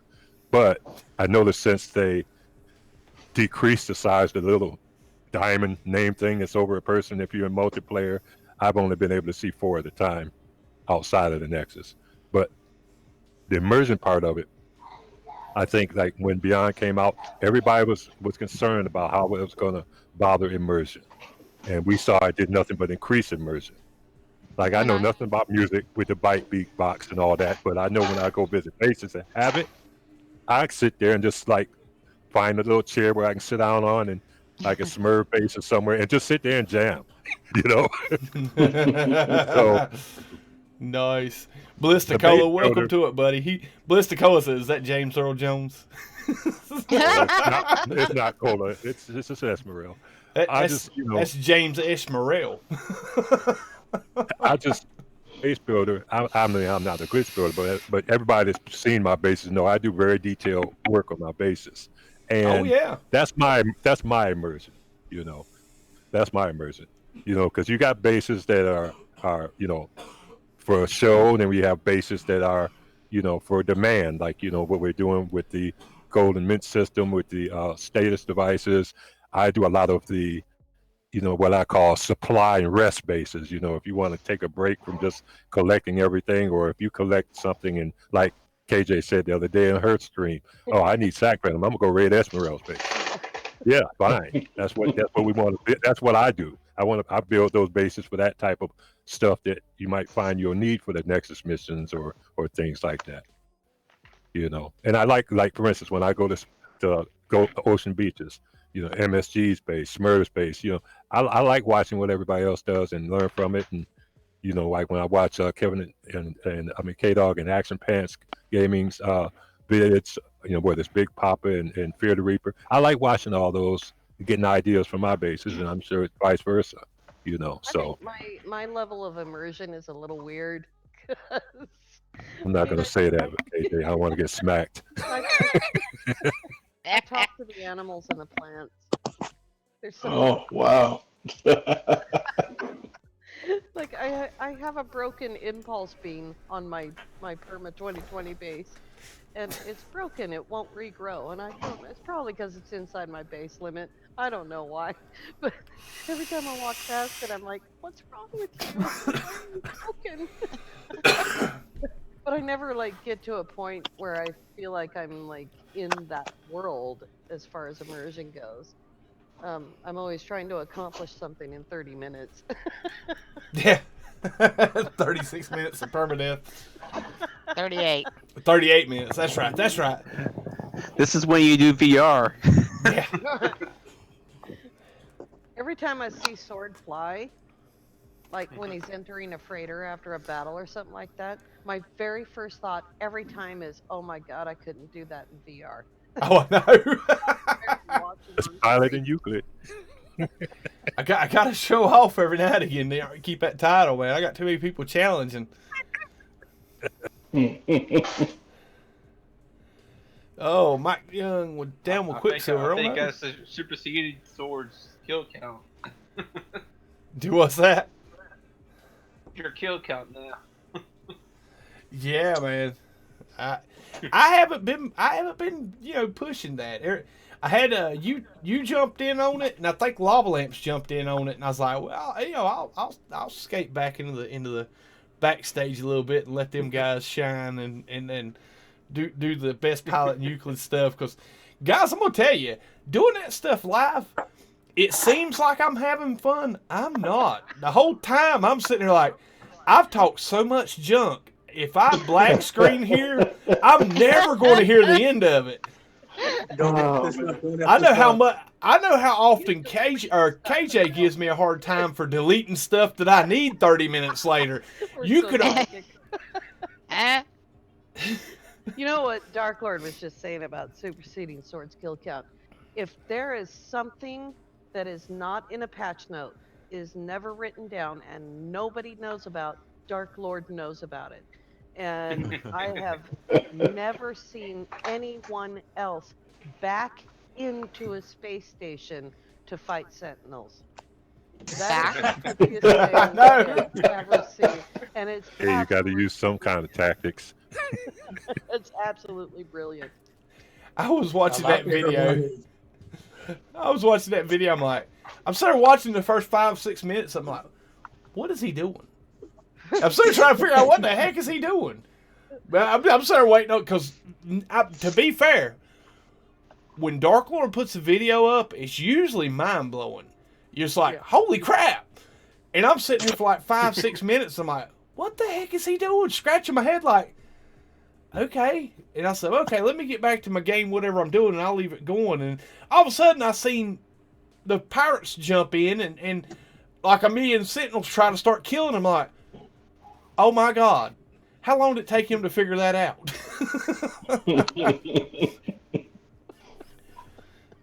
Heck yeah, Mike Young's started a new survival game in VR. Haven't gone back for part 2 yet. Oh no. And Bombazin, how you doing, buddy? Hope that's how you pronounce that name. Welcome to it, man.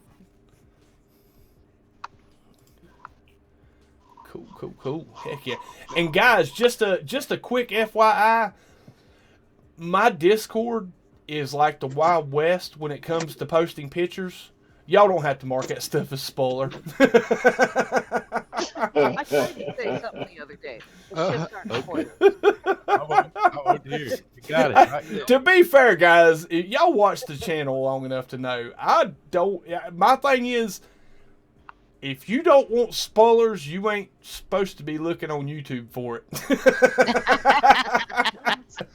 You know. Like, keeping the suspense. Yeah, no. Why I'm afraid to save y'all guys a few clicks. It's all in the title. If you Yeah. just look at the title. Yeah, but they're different kinds. So maybe not everyone has seen this kind. So. Oh yeah, them things are nice too, man. I like watching the little balls go through the hoops on those. That's pretty wild, man. And Mind of Chaos, welcome to the channel, man. Glad to have you. Finally got my living ship Friday night. Nice, buddy. Nice. My There's VR.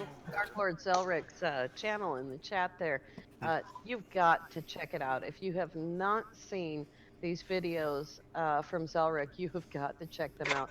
The easy way to fight pirates, Zelric, is not to fly back and forth to the space station and call the Sentinels. The easy way to do it. But watching Sentinels kill the pirates is hilarious, and I got a real kick out of that video.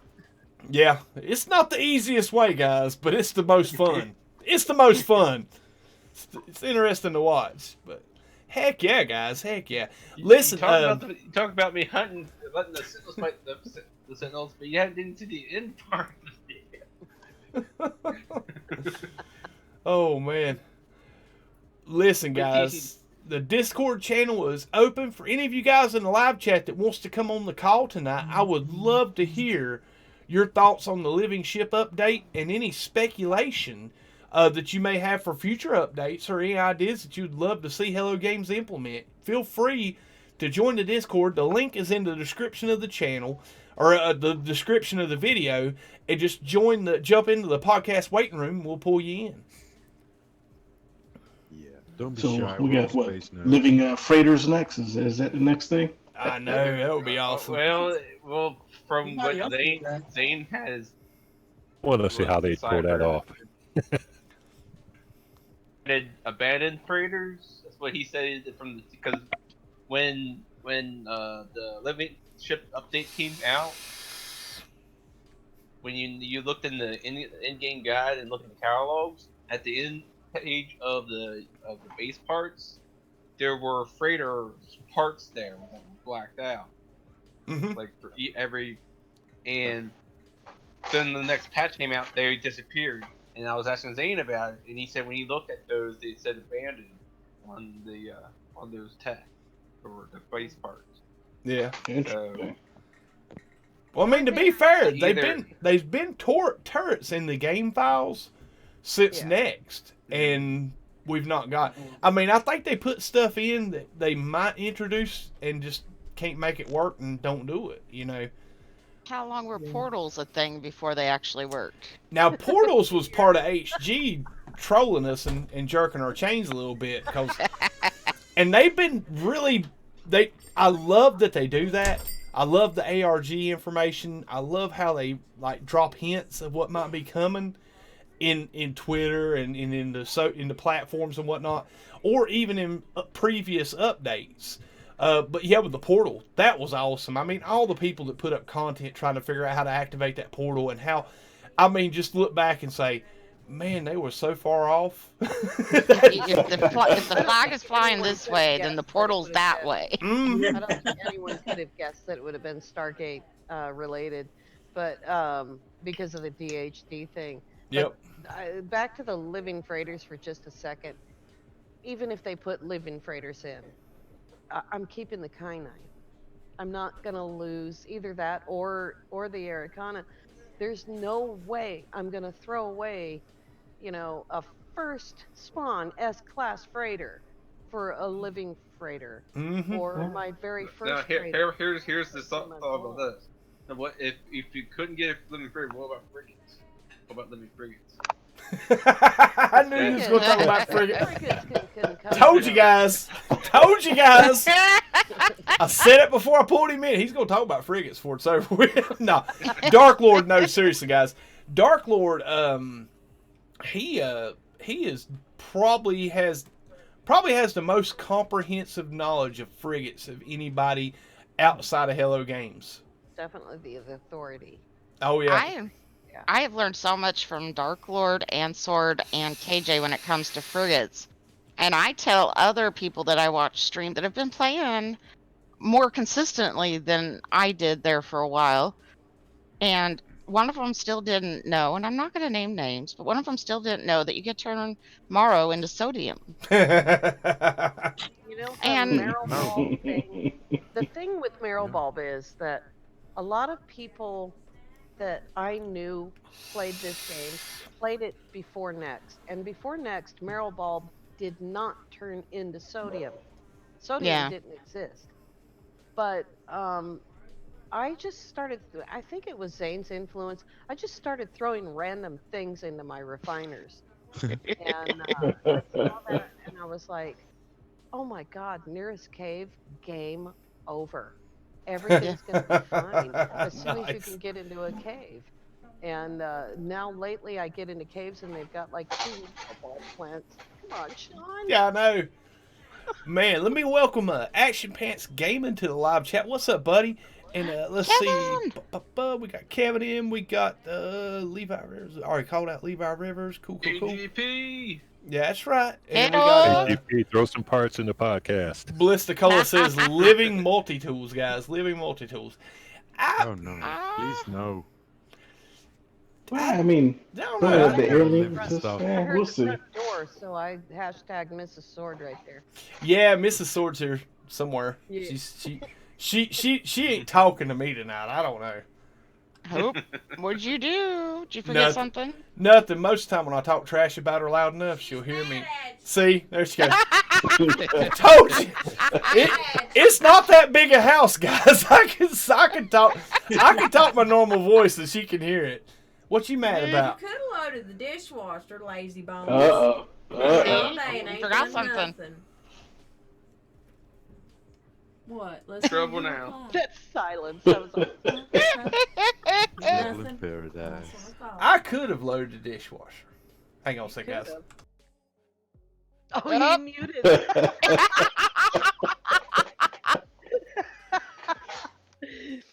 We'll just finish that conversation. And now he's turned the camera off. He could have loaded that dishwasher, but guess he needs a little hazard did protection. Instead? He got himself a second living ship. That's what he did. I'll do them later, honey. I promise. Right after the stream. Oh, he man. has a dishwasher. We don't have a dishwasher at my house. I had both. One's called children. Same. Only. Right, Sounds Mary? like trouble. My oldest, Sorry about that, Nofgos guys. calls her Mary Max. She would try to rewash the same dishes. in the dishwasher. We had to put a stop to that one. Esmeralda, Well, I- super I chat said fiend. super chat fiend to help you out. Not No, seriously, guys. As soon as she walked in the room, I went to start. I felt a sneeze coming on, and it was like going to be a bad one. 07 Esmeralda in the chat, guys. Heck yeah, buddy. Thank you. No, I went into a sneezing fit, and I'm sitting there walking to the restroom to grab some tissue, just sneezing away. And I got my headphones on because I can hear you guys talking like he's getting his butt whipped or something. We wouldn't say that. It What? very much looked like it. Yeah, no. Just great It timing, sounded guys. like it. Great timing. No, Am I wrong? I'm not This is wrong. so You probably gotta live in smacks the worse kitchen than instead of KJ. loading the dishwasher. no, I ain't loading the dishwasher. No, You know, I got a whip No. Esmeralda. no. See, there's certain chores that we do around the house that I'll take care of, and then she'll take care of, and you know, we'll mix it up. Sometimes I'll do the dishes. Sometimes she takes out the trash, kind of stuff. But never does one of us do it all, and that's the conversation me and her had to have just now. So she's in there loading the dishwasher as I'm in here streaming. So Somebody has to. that's right. Hey, they'll run out of dishes sooner or later. That's my Technical philosophy on it. difficulties. I Now- fixed that. I hid all the silverware. Now we use plastic. Oh, ouch. No, actually, before the stream tonight, the kids were wanting something different for dinner. So I said, you know what? Let's make pancakes. So I made a mess in the kitchen. I made pancakes. So. That's a big mess. Ooh, That I love is. pancakes. It was good, though. They were so soft and fluffy. Ooh. Now you're making me hungry, man. I know. It was good stuff.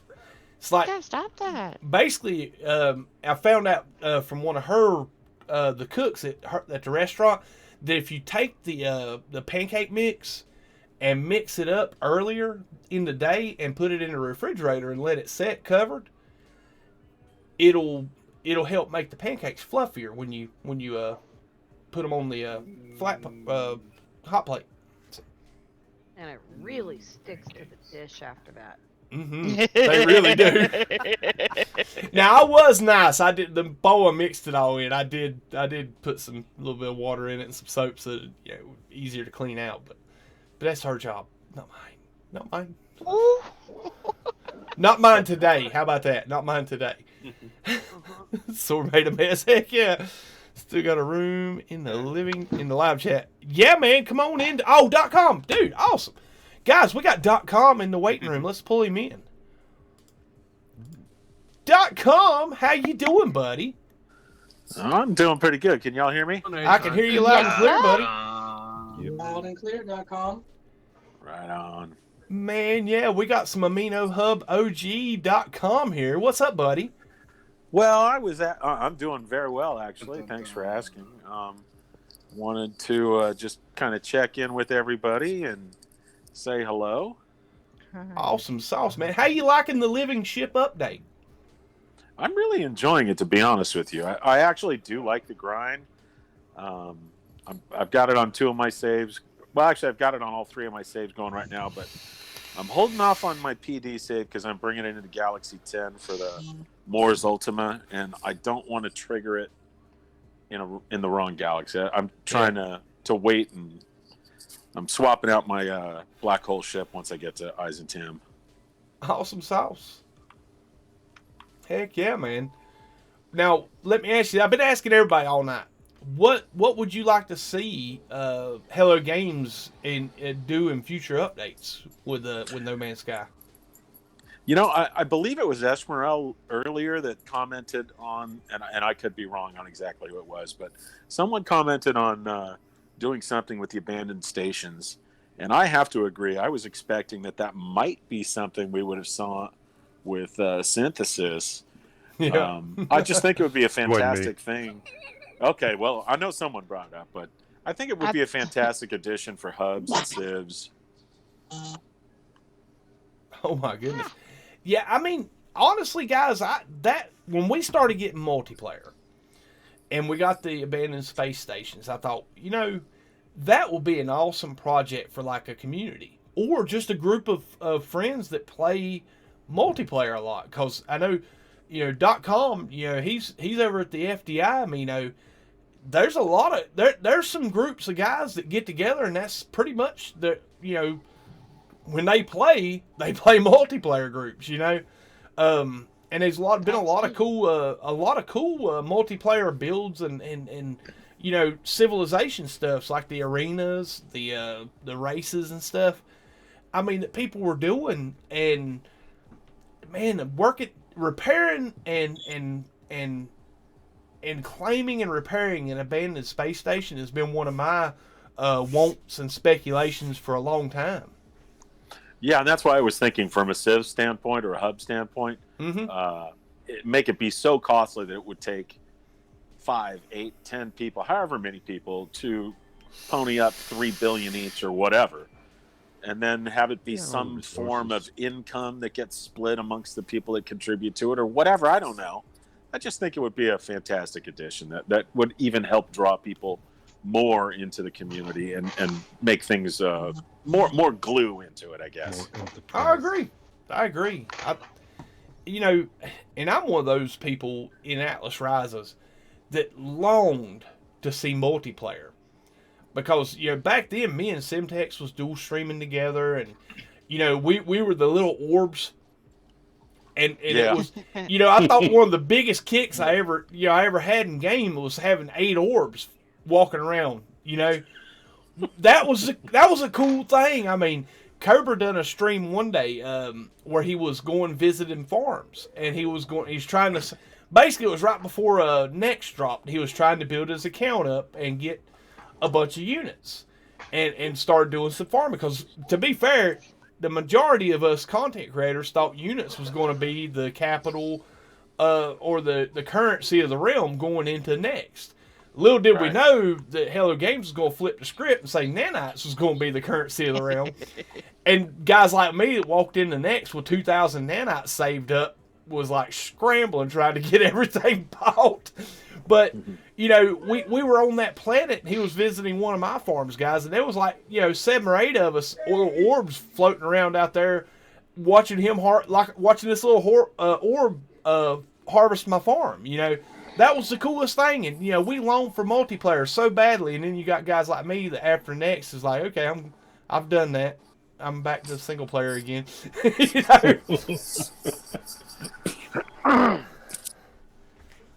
Let's see, you mean 3B with easy with all the glitches going on? Yeah, 3B. Yeah, that's another thing too. I mean, Mind of Chaos had a good comment in the chat there about getting 3B is really easy. Ever since Next, I believe it was Next. Well, no, even in Atlas Rises there was duplication. Hello Games has tried to fix duplicating and gaining the system through duplicating. Which, to be fair, and it's always been my agreements or my thoughts on it, is even if they did get it fixed, there's so many people that have done it that would be prone to doing it. Even if you put the fix in today and stopped it cold, dead turkey, and never left any opportunity for duplication, it's not going to change anything. Because the people that were going to duplicate RE or max units and whatever there's going to be, just let them be and let them do the thing. Let's focus your time on assets to get us to do, and I do like how they did flip the script on us and make nanites currency. Make that a more impactful game currency than the units were. And now with the Quicksilver's being a very impactful game currency in our gameplay. I'm loving it. I really do. I think that's give us something to strive for, something to grind for, and reasons for us to come back and play the game. And welcome to Caroline Kelly. How you doing, dear? Glad to see you. Hello, Caroline. Heck yeah. All right, guys. So you remember, I brought up something a while back, and it's still there, and nothing's happened. I still think something's gonna happen, but those open places in the space station, if you look down in them, you can see shapes or shadows, either one. But they're still there. Just letting you know, they're still there. I check every update. You can't jump down in them or anything, right? Nope, still can't go down in there, but No. there are still stuff down there. Well, I mean, there's areas in the anomaly. Doors and places for rooms in the anomaly that we don't. I think Dark Lord was telling me on stream one day to do something with camera mode where you could see the room. Like Yep. when you go into where all the where you trade your salvage data and nanites for technology, there's a door there, and there's a room behind that door and a corridor leading into that room. I thought that was the coolest thing. I'm like, we're gonna get something in there soon, and it's been quite a while and we haven't got nothing there, but it's there. They designed it that way for a reason. So who knows? Who knows? That's how HG likes to do things. So Mm-hmm. they like Also to put that stuff ledge. there and let it sit and let us just, pour over it and argue about it and speculate in Mm-hmm. months at a time. Now, You were Wait. talking about duping just a minute ago while I was getting dinner. It's funny. Remember, Mary, a couple of weeks ago, has it been that long?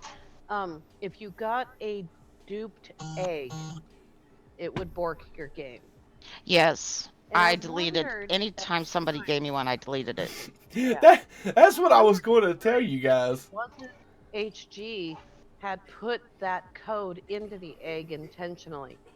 You know what I mean? So that you can buy an egg for someone else. I bought one for Mary, Yeah. but to duplicate it would cause it to break that mission. And I wondered at the time if they hadn't done it intentionally. Hey guys, I'll be It right should back. be intentionally. Could be. Could be. Could be. The data But no- bomb in the egg, if it sensed it was traded or sold, yeah. But then I've run into people who say it hasn't worked at my save. Not at all. And they give away duped eggs. They're proud of it.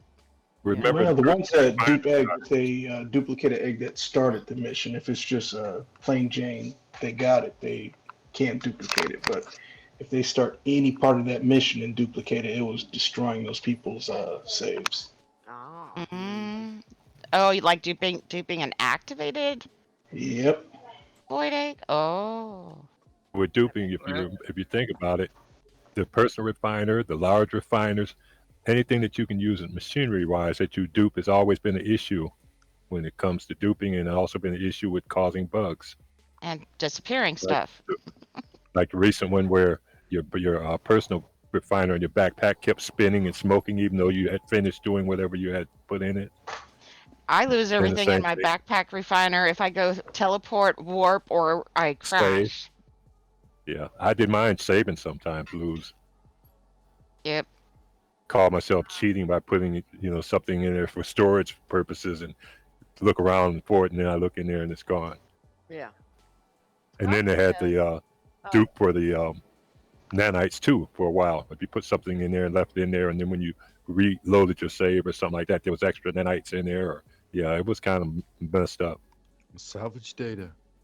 Scott was saying, that too. speaking of that, he claimed his living ship the slow way, and then when his egg changed for the first time, it didn't change but became a second egg, which is interesting. And I noticed that now that I've done the mission 5 times, I've noticed that when I make contact with a living ship, the egg actually moves in my inventory. It moves up to the next available slot instead of where I have it at the bottom of the inventory. With your egg or with the technology?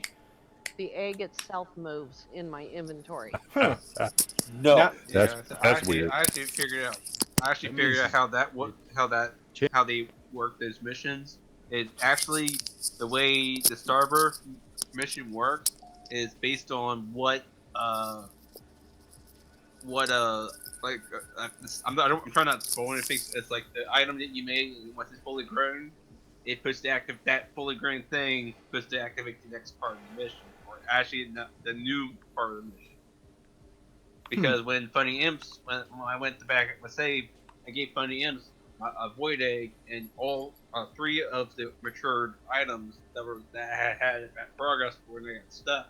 So when I went and started over, it actually tripled my Starburst mission based on having those items in my inventory.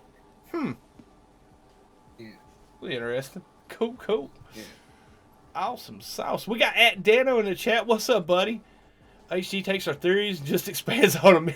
I hope so. In Mind of Chaos, maybe they can make stations with the nanites and Quicksilver. Oh, that's it. Yeah, I mean, me personally, I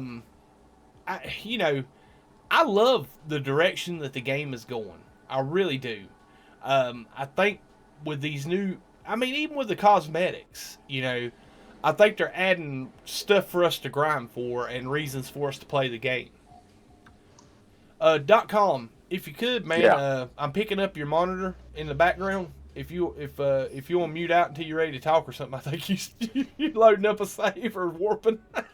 Yeah, I am. That's exactly it. Sorry. That's the problem, man. No, you're welcome to hang out in the chat, man. But if you hit the mute while you're playing yeah, am I better now? Yeah, much better. Cool. Right, yeah, sorry about that. Oh, Discord will tell on you, man. Trust me. No biggie, man. No biggie.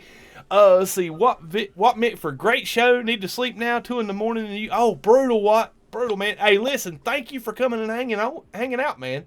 Glad to have you, and thank you for watching, man.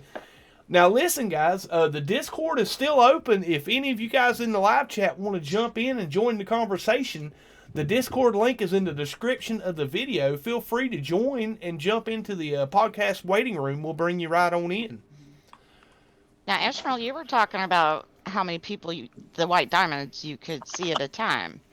When I was on the planet for the last part for the soul collecting, I could see so many diamonds, and they were ships and they were people.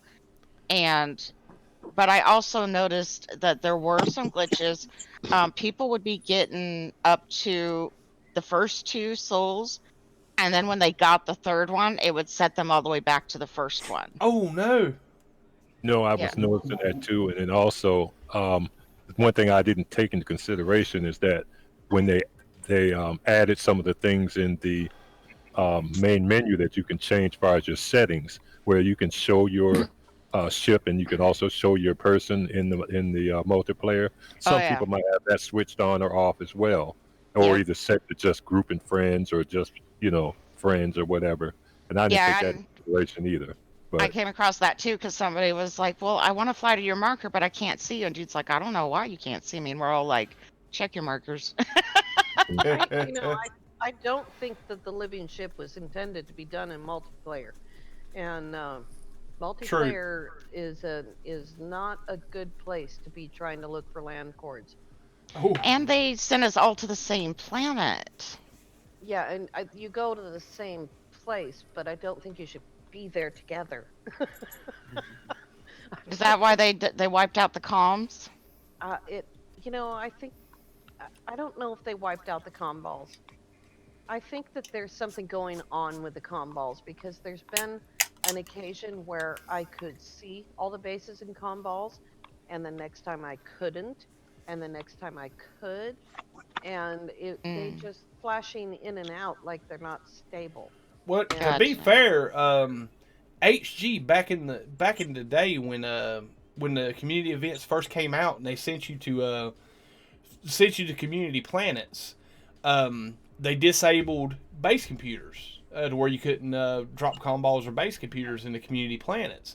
That was because it was overwhelming the server because so many people were coming to that single planet. I think nowadays with the community missions where they mix them up and send you to different planets each week, it's not a big of a deal. So they've allowed base computers being built and comm balls and stuff like that. But I think with this mission being in the same planet for everybody in Euclid, that they had to disable some of that stuff to keep it from overwhelming the server. Not just Euclid, but anybody in any other galaxy had to come back to Euclid. Mm-hmm. That's what I'm saying. It's directing every player that plays this mission to that one planet. That I think they had to disable it just so it wouldn't overwhelm the servers and cause so much lag that it would make the gameplay experience awful.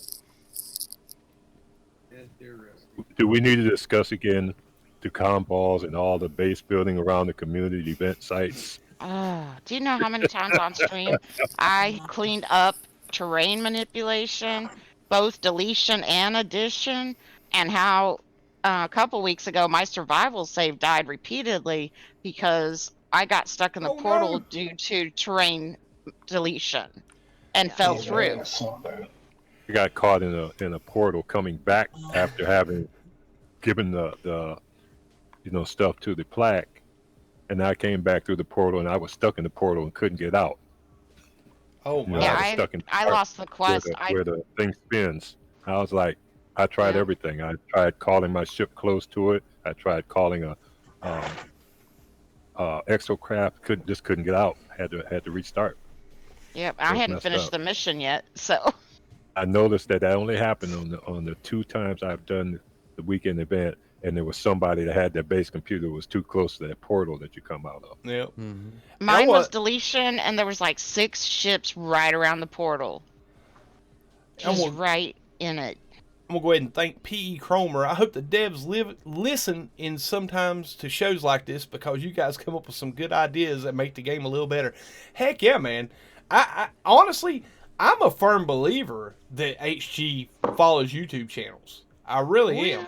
Now, granted, they don't follow my channel, but they do follow channels. And why wouldn't they? You know, don't say that, Ford, because when they released when Living Ship came out on Experimental, they were talking about people who discovered all that stuff with the egg.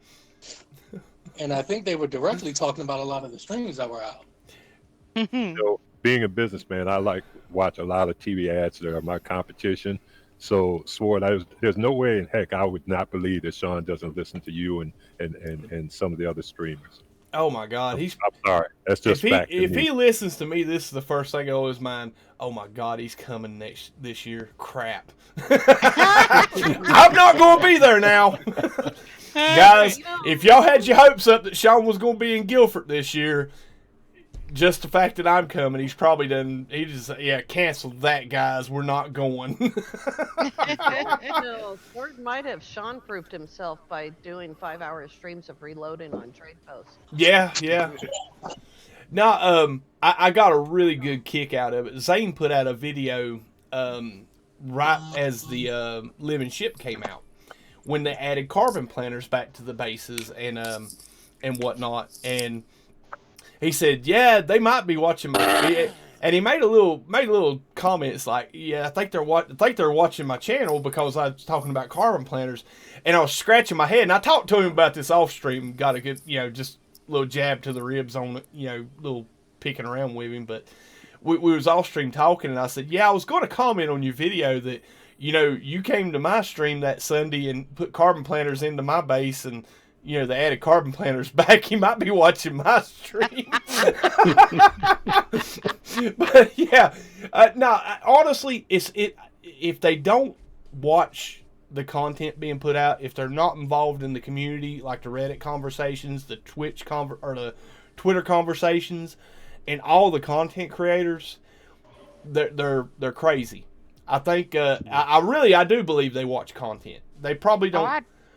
They probably don't make it widely known because then it will be who's favorites and this, that, and the other kind of mess. No favoritism. Exactly. They don't acknowledge it, so they don't play favorites. But I know that they do, and I know that especially the builders. Yeah, exactly, and I think that's why we have featured bases. It's a way to give a shout back to the community for doing some of these community things like content creation, building, even like rallying people to come to a meetup, stuff like that.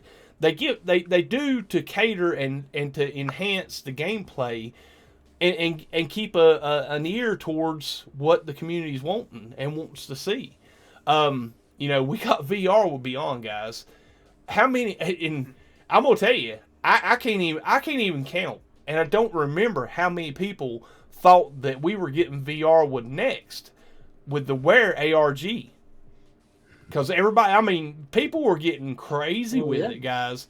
When we were going through that ARG, yeah, like the Wear logo, they were like, "That's VR. It says VR in the Wear logo." We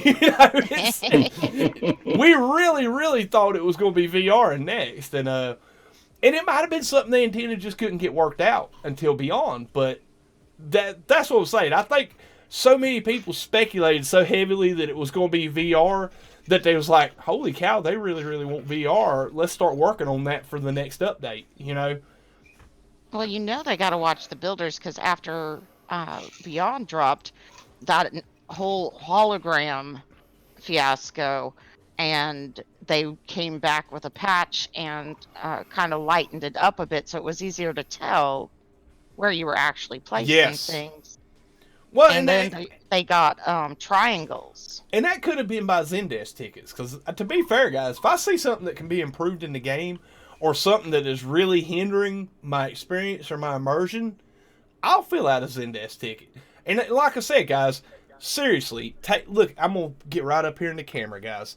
Uh-oh. When you fill out a Xaines ticket, don't do it mad, okay? If something's wrong with your save, something's wrong with the gameplay that you're experiencing, don't fill out the Xaines ticket mad. They don't deserve that, guys. Basically, that Xaines ticket is there. They put that out there for you guys to respond to for them to be able to engage with you.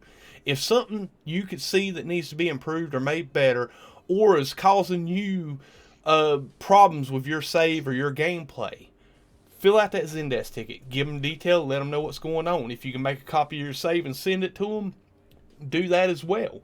That way they can see what's going on and they're informed of what's going on. If you come at them with, if you come at them like it's on Twitter, like, oh, my game's broke, I'm gonna quit. You know, I'm gonna be honest with you guys. When people come to me with attitude, I snap immediately to attitude in return. You know, that's just my mentality. You know, I'm like a rubber band. You know, I'm just gonna snap back the other way exactly the same way as you come at me with. And like I said, if you just calm, cool, and professional, and hey, I've experienced this bug multiple times while I'm doing this task or this thing on this save, and send them that information. They might respond back to you and say, hey, could we get a little bit more information about this? Or you can get to reply back, hey, thank you for your input. We're currently working on it. You know, they stopped replying after about my 10th time of suggesting that maybe since they gave us stacks of 9,999, it would be awfully nice. And I was nice every time I sent a message. I was just reminding them that it would be really, really nice if we could move more than 10 at a time in a stack of 9,000. Well, they fixed it. They fixed it. They fixed it, Mary. They did, and I sent them a very nice thank you email. Winning. There's still a lot of people who don't know that you can reduce the amount that you put into a biofuel reactor. And so they don't really come out and say these things very loudly. And so they almost kind of depend on content creators to show people this stuff. Exactly. Hello James does not hold your hand. Let me interject one other thing too, Sword. Go ahead. When I look at it from my viewpoint, just what's two things I want to touch on. People also got to realize, which is why I think there's so much toxicity in the Steam forum. Like myself being a base builder in detail, I would love to be able to use labels and stuff like that. Like KJ always gets lost in my transporter network, so I'd like to say this transporter goes here, this one goes there. But we have a profanity filter in the game, so thus that's why we can't have alphanumeric characters, as far as decals A through Z, because there would be idiots. Oh yeah. That would. Look at what we can do with lots. Yeah. There can only be vein. 4 letters. But my thing is, with you and like, for instance, when I look at my Super Chat Fiend database, there's 17 streamers that I know they're sitting back looking at, because the majority of us that are day one players, we're attuned to you guys, and this and that, the other. You have KJ, you have Lava Lamp, you have Richard Hunt, you have Ivy, you have all these people dropping these links to all this stuff. And next thing you know, you look up, and like on the next, you see on the featured basis, here's Nawana's base, here's K-Dog's base, here, so they are looking, they are paying attention. Oh yeah. They're probably saving every stream that comes across YouTube and Twitch and Mixer, and as you said before earlier, I wholeheartedly agree. They can't show favoritism, and they have to be anonymous in their viewing. Oh, I agree. Anytime I there feel could be for 'em, one though. person that says, "Okay, every time sports goes online, we want you watching it," or another. I mean, seriously, seriously. I have some 10-hour You know? streams. I feel for them. Well, to be Mary- fair too, I mean, with what they went through, when they released No Man's Sky, I can't blame them for not responding or being seen in public. I mean, they caught seriously. I've got this thing going on with somebody currently that's dropping dislikes on all my content.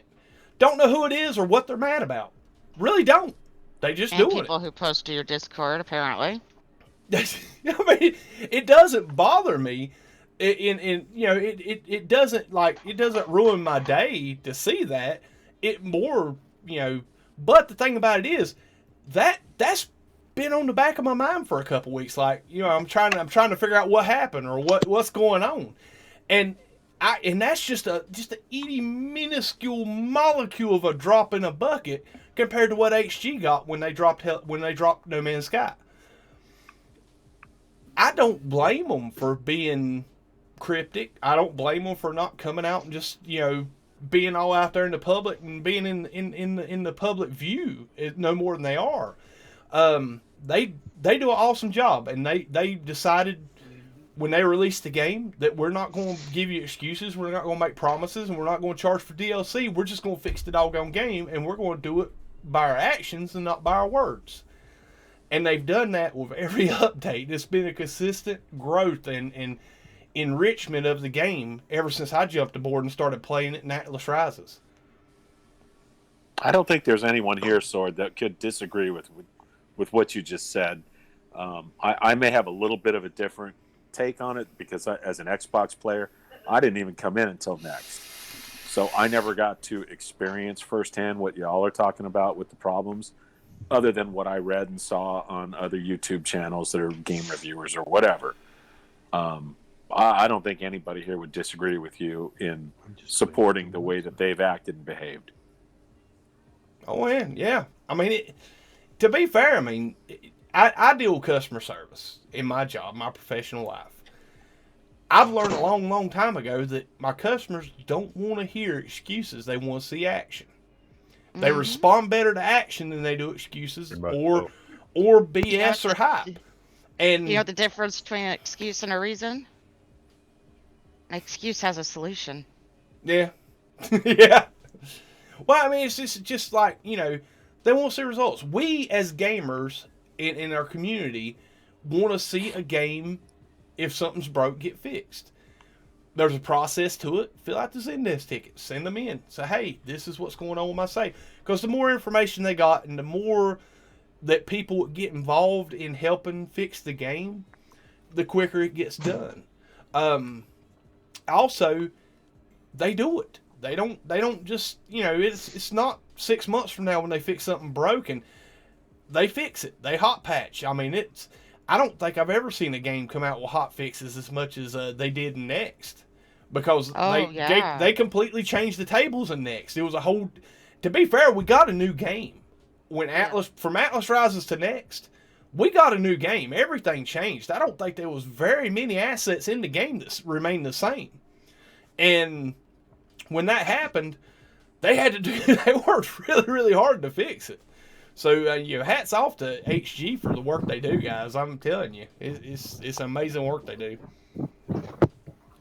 Game programmers they don't have it easy, because when you do get a publisher, the publisher's only looking at the bottom line of dollar and versus, ROI, return on investment.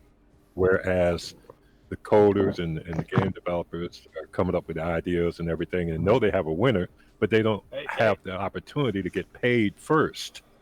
They have to come up with the game and then sell the game and then try to recoup, their expense into it. When you look at what started with No Man's Sky, I mean, I paid $60 for the game, so I've never spent any better game dollar in my life.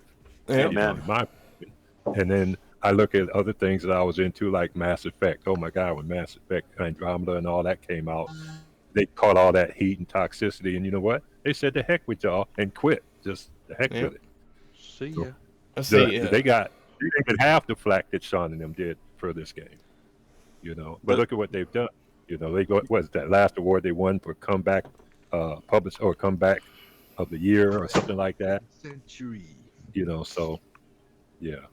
Yeah, the analogy I like to use is to tell people that we will willingly go and spend 10, 15, or if you're buying popcorn and all that, we'll spend 20, 30 bucks going to a movie and entertain ourselves for, 2 hours maybe? Mm-hmm.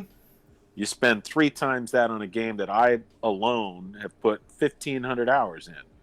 Yeah. That's the most bang for the buck you can spend in my mind. Right? I did the math the other day. You only did 1,500 hours? Yeah, I'm one of these weird people that has more hours than most people who are day one players. And I did the math the other day, and I have now spent 1,000th of a penny per hour. Yeah, I was getting ready to say. That's incredible. KJ's got some hours in, guys. KJ's got some hours in. There's people in the chat that right now that have more hours than me, but most people do not. Jay's rookie hours. She's got rookie hours. Yeah.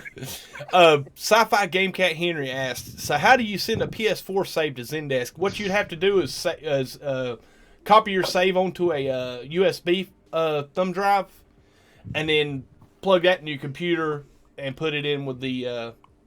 If I'm right, I haven't done it on PS4. If you guys could help me out. For PS4, unfortunately, you actually have to have a Google Drive, and you got to put. Yeah, you would do the steps to put it on your PC, but you have to have a Google Drive to able to upload it because it's apparently too big for their upload system they have. Oh, okay. It will just time out, so you have to use a Google something. Some other source, and they said Google Drive is what they prefer for PlayStation saves. You might still be able to make it into a zip drive and send it to them that way.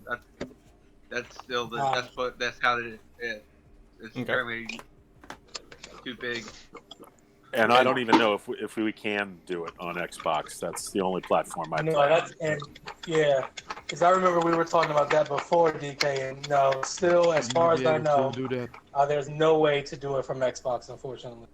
But don't you have an Xbox app on a PC on a Windows? I can there play is an Xbox app via my PC. Okay. Are you able to back up your saves using that feature? I don't play Xbox, but I can. So. Okay. What is it sending me? Sorry, guys. I've been doing good. I've been hitting this vape the entire stream, and I finally had to drop the camera a little while ago for a smoke. And I almost lit up on stream just now. I'm like, whoa, camera's up. But yeah, guys. You're not helping me at all, Sword, because every time the camera goes down, I light. So I'm not KJ smoking. knows camera off. I know what that means. Oh yeah. But yeah, I mean, it's been an awesome conversation tonight, guys. Thank you all for being in. I mean, I'm not in it out right now. I'm just saying it, just telling you how much I appreciate you guys coming in and joining the call tonight. I mean, seriously, guys, if you know how nervous I was about this, because seriously, this is my thought process when I decided to start trying to do the podcast. Is either two things are going to happen. Either not a soul's going to show up, or I'm going to have a whole waiting room full of people that I won't be able to get to. And it's not going to end well at all. It's been an awesome night. I've really enjoyed the conversation so far, guys. But yeah, guys, if you guys are wanting... You're a great host. Oh, thank you, buddy. Thank you. If you guys want to come in on the chat or on the call, the Discord link is in the description. We're probably going to go for another half an hour, maybe, depending on how it goes, how the conversation goes. But if you guys will come on and talk to us about the Living Ship update, your thoughts on it, your speculations on future updates, feel free to jump in on the Discord call. Or you should just call this Swordcast. Let it be. That's the second person that said that. The community needs this. There's been this huge gap missing since Cobra started to play Star Citizen, and which is fine. I'm not bothered by that. But Guess who the showed up in community my needs this. We need this ability to sit down and talk to each other, and it's been really missing. So it's a great idea, Brainstorm. Sword. We should do it every week. Well, I mean, if listen, y'all guys basically, and if you guys watch this back on a replay or been here the whole time, either way, when this uploads to YouTube tonight, let me know what you think about it in the comments. And I want you honest. Don't be mean, but I want your honest opinions of it. If you think I shouldn't do it at all, or if you think I should do it more often, or if you want to see this every week, or what night a week you'd like to see it. I want the input, guys, because to be fair, I'm like, I know I miss the subcast. I really do. I miss being able to call in, jump on a Discord call with Cobra, and just talk about this game and do, get into some wild tinfoil hat speculation about No Man's Sky. I think that's a healthy thing. I think it helps get it out of our system. And two, I think it helps with the community because we can all get together and come and agree on certain things about the game. And I would love to see this be a common thing. And really, I don't want it to be something that grows a channel. I just want it to be something that those of you that do follow the channel want to come by and jump in and talk and have a good time. All are welcome, and I really appreciate your feedback on it, and I really appreciate your thoughts on it. I didn't mean to kill the room. Sorry, guys. Man, showed up in my No Man's Sky stream the other day. Oh, who was just that? This past week. Cobra. He stopped by to say hi. Wanted to know why I hadn't been playing Star Citizen. I know. I feel so bad too. Me and him talked a few weeks back, and he's like, man, and don't get me wrong, he loves Star Citizen. He still loves No Man's Sky. And it ain't like I don't look at it like he's just abandoned No Man's Sky for Star Citizen. I think he's just really passionate about Star Citizen. I mean, as he was passionate for No Man's Sky. I like Minecraft before I started playing No Man's Sky. To be fair, I probably hadn't played Minecraft 6 hours since I started playing No Man's Sky. It's one of them things that you get passionate about a game and it starts consuming your time and whatnot. It's hard to play 2 games like this. And that's and to be fair, I wish him great prosperity, and I'm glad he's loving Star Citizen.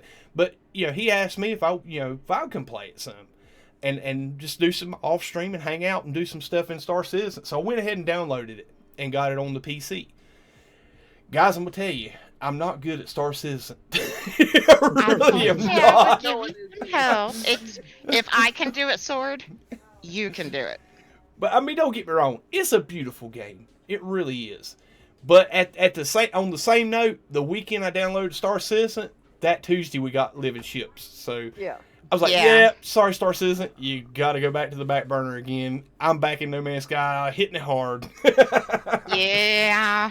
Well, and there for a bit, Star Citizen was having some issues, so.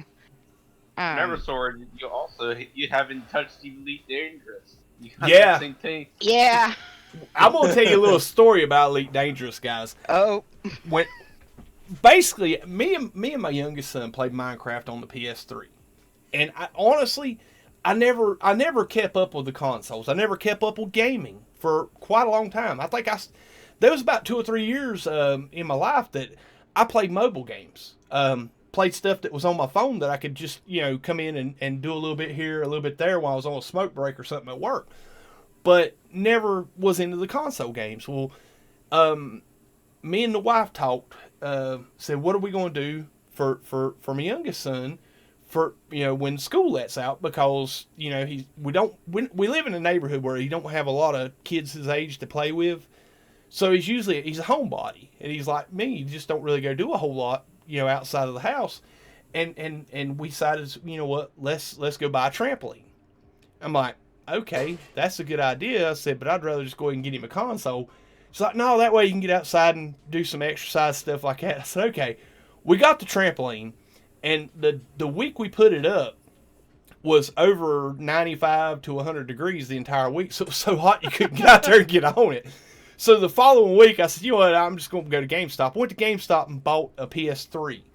And it was just still cheap, used PS3. Bought it up and brought it home and plugged it in. And he was into Minecraft. You know, he was getting like the little Minecraft collectible, the little 1-inch size toy. I don't know if y'all know what I'm talking about.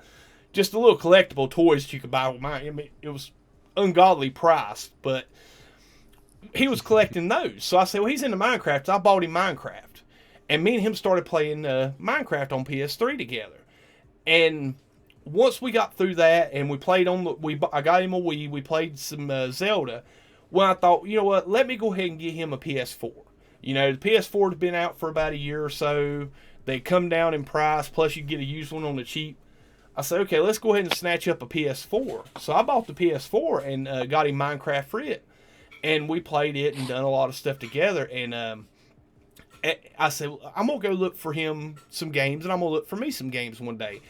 And I walked into GameStop, and I seen No Man's Sky up on the shelf. And the box art like really took me back a little bit. It kind of was like, that's really cool box art. I like that. I like that look. So I asked the clerk, I said, is this a good game? Oh my God. That guy, it was like he worked for another company. He just did not, he told me so much negative stuff about No Man's Sky. I put the box back on the shelf. I'm like, no way.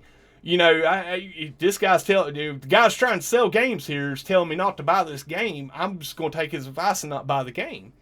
So I walked over to the other shelf and I seen Elite Dangerous. I walked over to, if you're coming in and say something smart out, keep walking. I'm streaming. I was going to tell you that you got the Wii, then the PS3. All right, go on then. He needed to correct me. We got the Wii and then the PS3. My bad. Got it out of order. Get it right, Sword. I know, right? Well, he's getting to that. He's getting to that age where Dad's always wrong, and he's always. You know how it is when you're 15, getting ready to be 16. You know everything. Parents don't know nothing. Anyway, back to what I was saying. Yeah. Oh, he's just learned he's got to strike when he can. Oh yeah, I know. Trust me, he gets plenty of opportunities. But I picked up Elite Dangerous. I said, okay, cool. This looks cool. And I said, I looked at the back of the box. It looks like a cool space game. I'm going to get this. And I walked back by the No Man's Sky box. And I'm like, you know what? It was $13, guys. It was $13 used. I said, you know what? For $13, I'll use it to set my drink on. I'll use it for a coaster if it's no good. Because the box art looked cool. The disc, the ship on the disc, it looked cool. I said, you know what?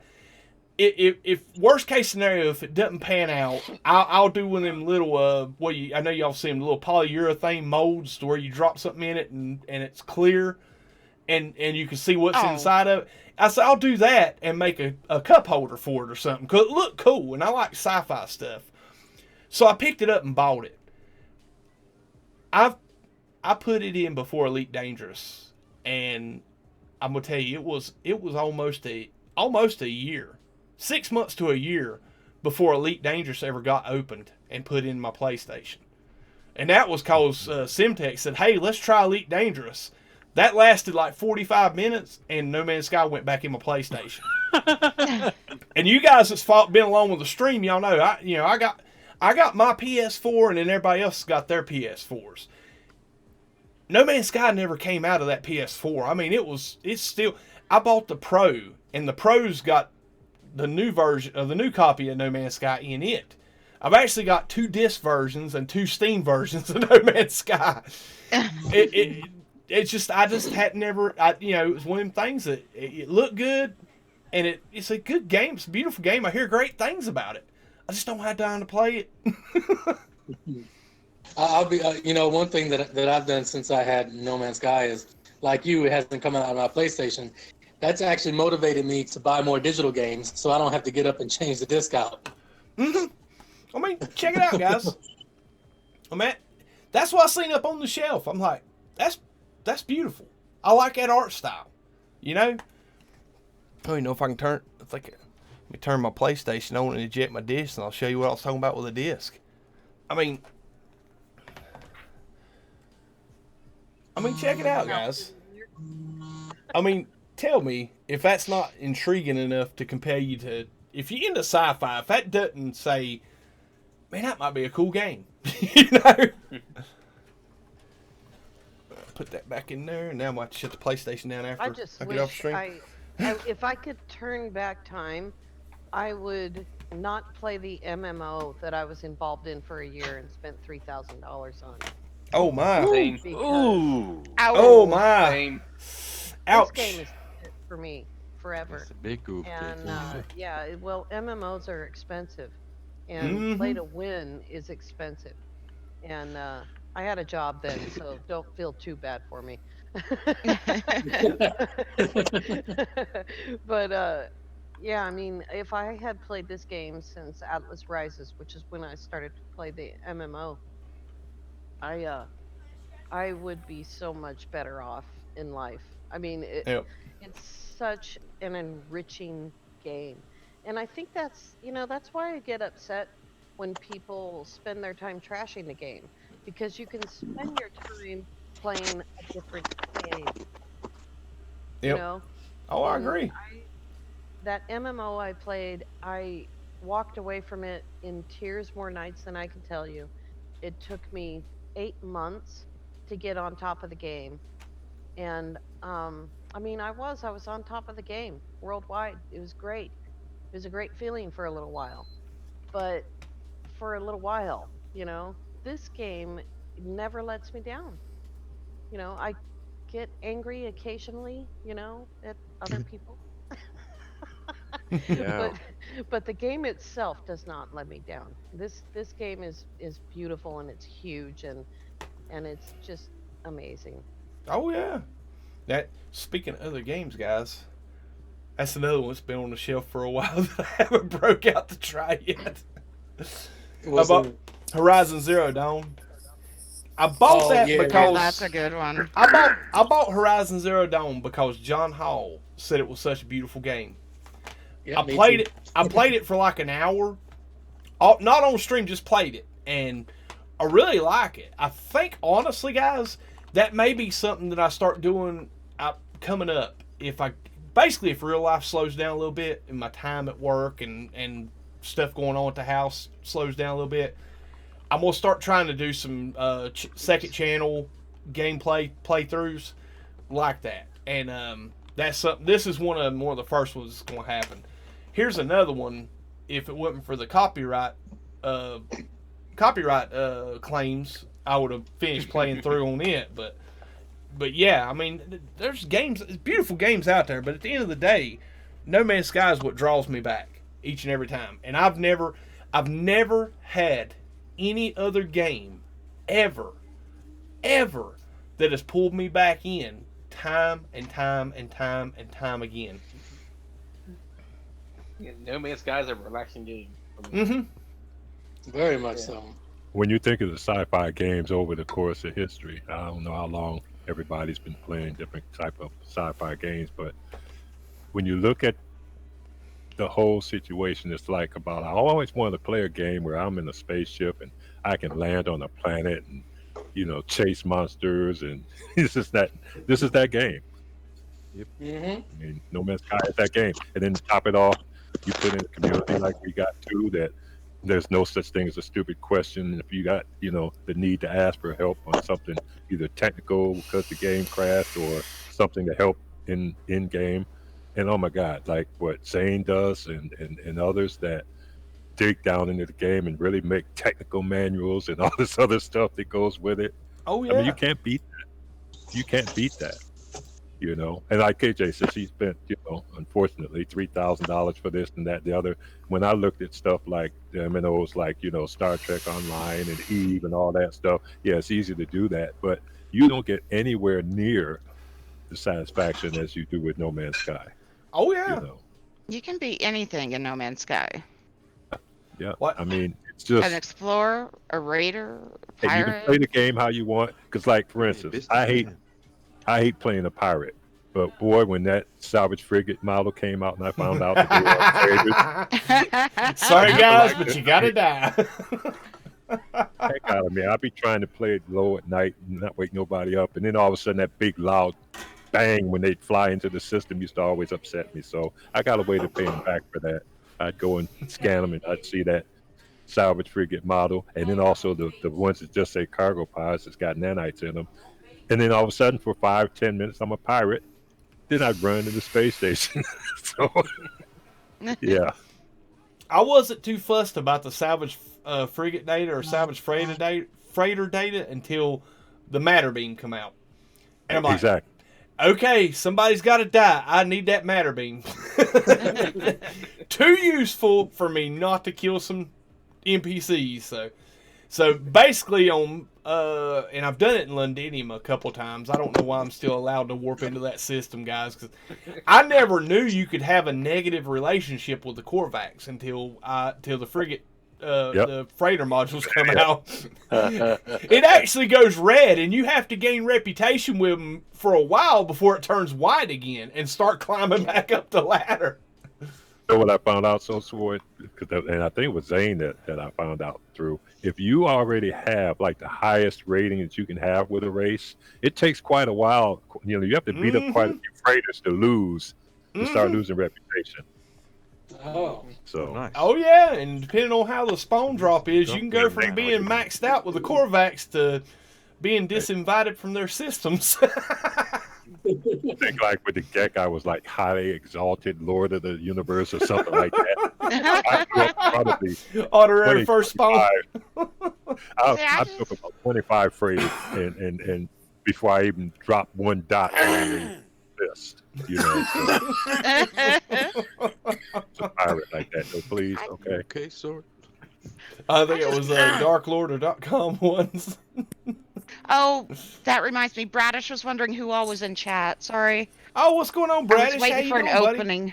Yeah, sorry, buddy. Egg Foo Rom, welcome to the stream. Bradish5, welcome to the stream. Let's see if we got anybody new in the chat here. Awesome sauce. Yeah, guys, keep on going in that live chat. I'm reading it, and I'm trying, like, when I can, I'll jump in and mention or comment, but definitely glad to have all you guys along. Holy smokes, guys. 72 people in that live chat. My goodness. Let's have a call out here. This is Mary Lizzie, TVMA. Yeah.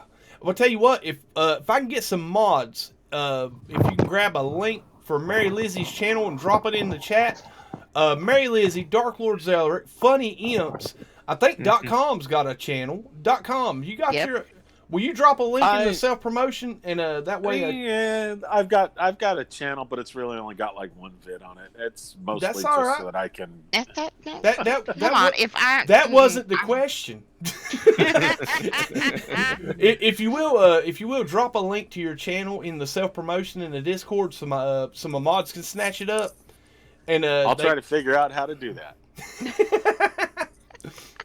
I don't have a stream, but I do have Super Chat Fiend. Super Chat Fiend. Then we got KJPC Gaming. I'm gonna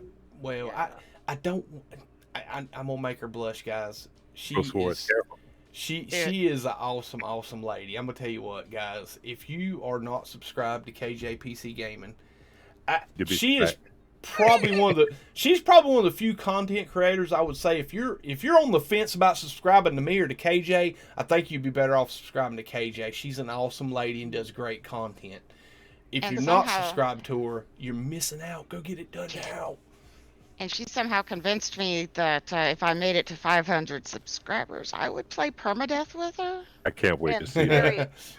Back when she thought it wasn't possible, but we are getting there. We're less than 100 away. Yeah, and, we are. This summer, we're going back to the Locust streams, and by then, I want to make sure that we're doing permadeath. Nice. It has to be live streamed. There's no other way to do it. Nice. Now we got a live stream at the beginning of permadeath. So. I got one for you. We got Caroline Kelly asked, "What is the matter beam?" Caroline Kelly. It is new technology that came with synthesis, or was it beyond? It was synthesis. Synthesis that came in for your freighter. When we went from having 4 slots to 9 slots in the freighter, we got new tech with it.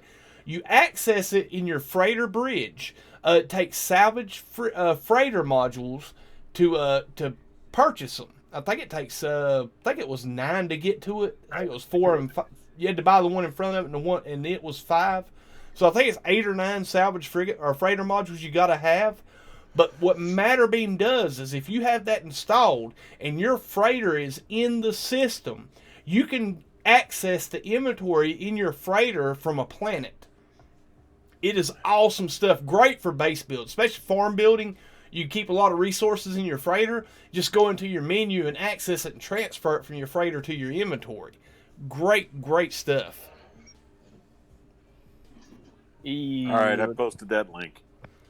Cool. That's Awesome. extra crafting space. Bad support frigate. Okay, if I got a mod over on Twitch, could y'all help me out with that? What you need on Twitch? I got somebody spamming link, I think. Okay. Yeah. If they're not in the chat when it's there, they won't be able to see it. Yeah, Gotcha. Just gotta wait for him to keep it up, and I'll grab him. Nah, I'm there getting it over goes. there. Thank you, KJ's guys. on Awesome sauce. Thank you, Dark Lord. Thank you, KJ. But yeah, guys. My goodness. I don't know how in the world he posted a link to that.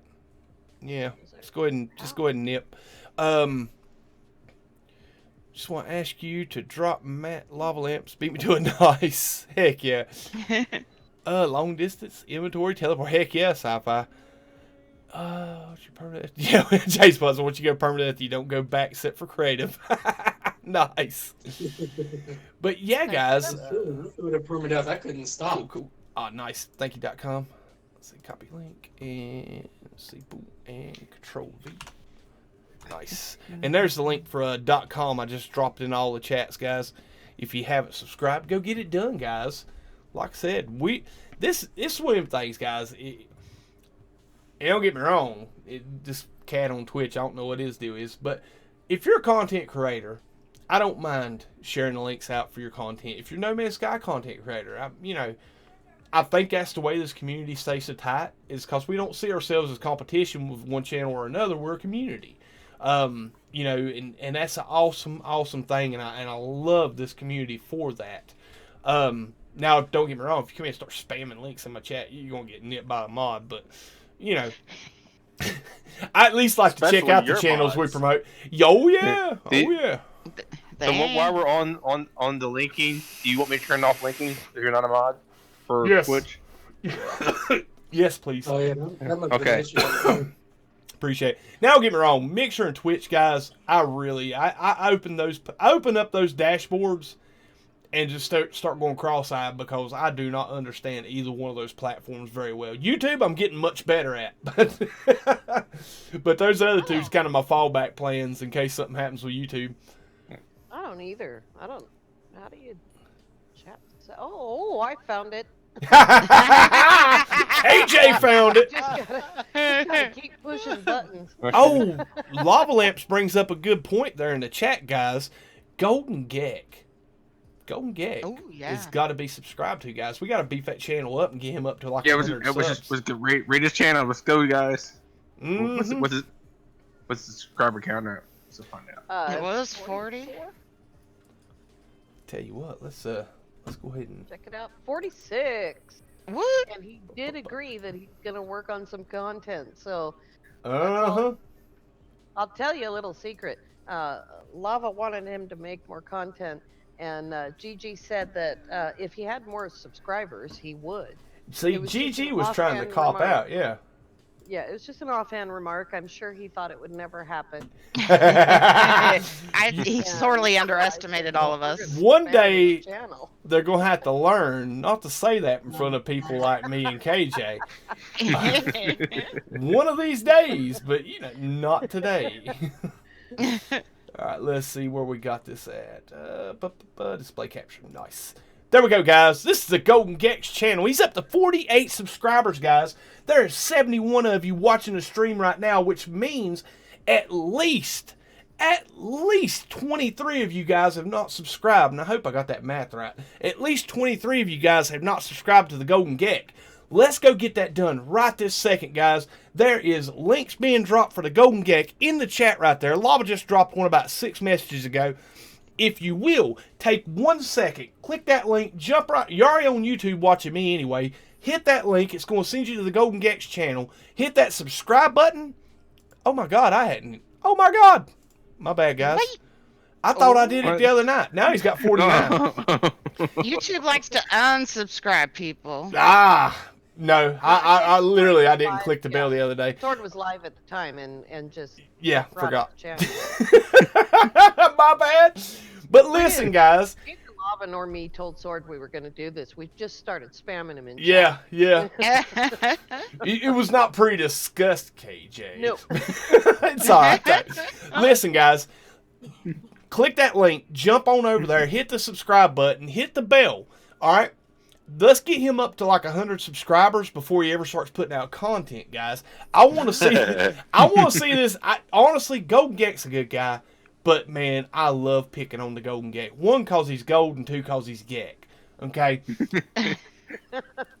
Really like picking on Golden Gex, but he's a great guy. Very, very good member of the community. Very stand-up guy.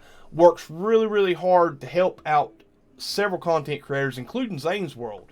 He's actually making the webpage. Created the webpage for Xaines World. Helped Xaines World out on a lot of the information and stuff on that website. Keeps that site running smooth, guys. So listen, he's definitely an awesome guy. Let's hit the refresh button, see where we're at. I know he got one more. Let's see where he's at. 61 subscribers. Holy smokes. Holy crap. I know, right? I'm telling you guys. The power of the sword stream. No, that ain't the power of the sword stream. It's the power of you awesome cats in this chat right now. You guys are awesome. Thank you for what you do. I am really... That Golden Gex on vacation, isn't he still? Yeah, he's Yes. Is he home yet? He raced out of Italy as fast as he could. Oh, nice. So No. this is another reason I like doing this, guys, because I believe it's 2 o'clock, 3 o'clock in the morning for him. So if he's got his notifications on, we just woke him up. Yes. But yeah, guys, jump on over, hit that link, go subscribe to the Golden Gex, guys. He's an awesome dude. And I want to see him start having to make content, because he said he would if we got his subscriber count went up, which is kind of a self-defeating thing, because if you don't put out content, you can't get subscribers. And he done that as a cop-out. So what me and KJ and Lava's going to do is make sure we hold him to the fire, and he has to start doing content, guys. He's an awesome dude, though. It's either that, Sword, or he understands the power of marketing. And he's pointing at you like a Good point. That might be true. But yeah, no, Golden Gex cool cat. I believe him and Xaines gonna be meeting up over in London in August when we go to Guildford. I think he's gonna drive down and pick Xaine up and come down with him, if I'm not mistaken. That was the plan a month ago. So if you go over there and don't upload videos from that, I'm gonna be so mad at you, because I want to go and I can't. Well, now listen, guys. I'm not bringing any of my equipment with me as far as like my streaming and my gameplay or my PlayStation. I am taking my cell phone, and from what I heard, because I had considered that, I was like, should I buy a camcorder to take with me to London to record some of this video and stuff? And from what I've understood, my iPhone 10 camera is just as good as a cheap camcorder. And what? Sword? Yes, sir. Sword. My one video that's on my channel through Xbox is just video off of my phone. It's like 30 seconds. Nice. If you want to look at the quality of it, and I know Game Mode's got a vid out where he did some magnet fishing. Mm-hmm. And I think that was all off of his iPhone. I remember the magnet fishing. That was pretty cool. Yeah, I think that was all. Off of iPhone. So I mean, yeah, it turned out okay, and it was just me speaking. I didn't have a headphone or earbuds or anything in. I was just talking while standing in front of my TV. Now, like I said, I don't know if I'm going to live stream off the phone. I don't know how all that works. I may not. But I did find out that Verizon, you can pay like $10 extra a day, or $10 a day each day you're overseas, and you have access to your data plan and stuff while you're overseas international, and not get reamed out for overseas international costs. So I'm taking my phone with me. I am going to be recording a lot of the events and a lot of the stuff and taking a lot of pictures. That will be, if I don't do it over there, I will compile it and do videos when I get back. So Yeah, that should be all you need. I don't want to push you in a corner because I know how shy you are, but but Xaine has live streaming equipment in his house. yeah, but his house is like 2 hours away from London. So yeah, That's what trains are for. yeah. I don't know. We hadn't talked. I don't know. I think from the discussions I have, and I don't think he minds me sharing it. I think from the discussions we had, he's going to come down on Friday when I fly in. We're going to find a hotel and get rooms at the same hotel in London near Heathrow, and we're going to go down Saturday to Guildford, do the event, and go by and do some Hello Games pictures at the studio. I don't know if the billboard's still up. If it's still up, I'm going to get some pictures in front of the billboard. I don't think it is, but if it is, we are. I think that was limited, yeah. Yeah, I don't know how long they had it up for. I don't know if it's continued or whatnot. I know they raised a lot of money for it, so I don't know if it stayed up or not. But basically, back up, boy. You guys are coming. But yeah, we're gonna go down there and then come back Saturday night to London, and then Sunday, if I'm not mistaken, we're all gonna hang out and just go see the sights in London, and then I'm flying back on Monday morning. So, yeah, I don't know if he's planning on streaming on Sunday or what the game plan is for that. But we're going to figure it out when it gets closer to the date. Did I lose y'all guys? Nope, you're good. Okay. Everybody got quiet all of a sudden. Basically, KJ knows. She's got this same set of headphones. Yeah. You know when the battery starts going dead and you get that little warning beep? That's what I'm getting to, yeah. You got like 5 seconds to plug it up before it dies. It's like boop boop click. Get on such good roll. I thought I'd sometimes, lost Sword, all you guys whenever I done it. Get memorized. Yeah, it starts sounding like push to talk. Welcome to it, Logan Nerby over on Twitch, man. Welcome, buddy. Glad to have you. So I like to see more done with the frigates, upgrades, missions, bling. Yeah, man. True. Wait, who said frigates? P. Cromer said frigates. Oh no. Not frigates. Getting salvage or getting the augmentations on every frigate mission is awesome. What a great thing that HG has done. It's only one per frigate mission, but there's a lot of people who can't go out and attack freighter groups. Yeah. And that's the salvage frigate module. But the buying and selling of ships and all that stuff, I mean, it's a lot less complicated to set out a frigate mission. Yeah. It's passive. I love passive stuff. Yeah, J-Spot had a good idea. He's mentioned this before. Having a companion app for your phone for Google and iPhone, to where you can access and interact with your frigate missions off your companion app. That would be cool. I don't know how much that would apply to the gameplay, but that would be pretty cool. To be like at work or something, you got like a 20-hour frigate mission sent out, and you get updates on your phone. Beep. Yeah. Imagine how many frigates get damaged. Be like, I'm too busy to worry about. Kill them.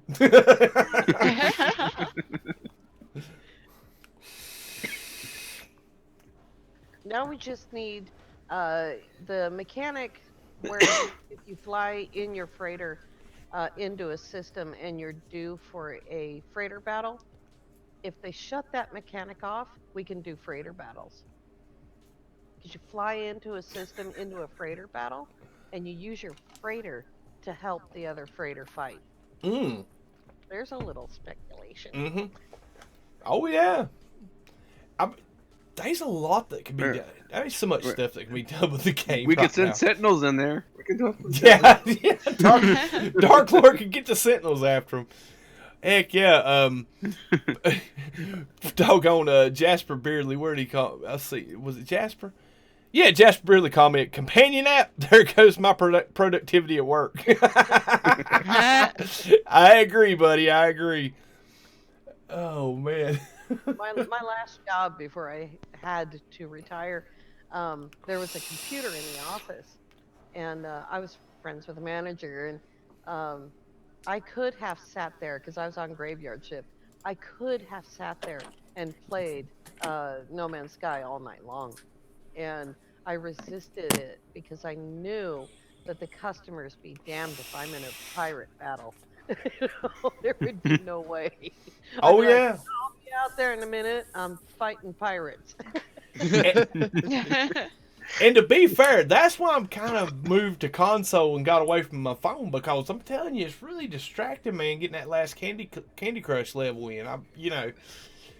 Nobody caught that. Bad joke.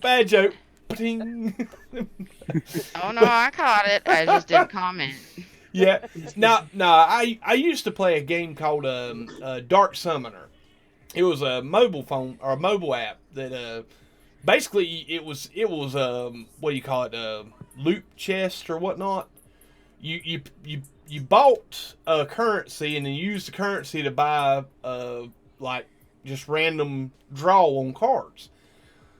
If you spend a whole bunch of money at it, you could get a good upgrade. 99% of the time, you got a semi-decent card, not good enough to compete with, and a bunch of crap cards out of 10 of them. But it would cost like $10 or $15 to draw. And then they got into this market where there's some what do you call it, a kind of black market. They found a way to use the system to work the system where they get free draws, and they'd use the free draws to get good cards, and then they had a trade system where you could set up for actual real money, set up like individual one-on-one trades, and make money off the deal. Well, I thought about it, and I was like, you know what? It's cheaper for me to pay this guy for the card I want and guarantee I get the card I want than it is to play the lottery with these loot chests or loot boxes. And man, I had a little bit of money invested in that game, but to get up into like the top 10 or 20 or 50 players in, worldwide, you had to throw some money at it. But got into that game quite a bit, and then they changed, and then like with one update, they changed it to where they come out with new cards that completely demolished the system that the deck that you had beforehand. And I had to step out then because I was like, I ain't doing this all over again. I spent a lot of time building this deck up to be competitive.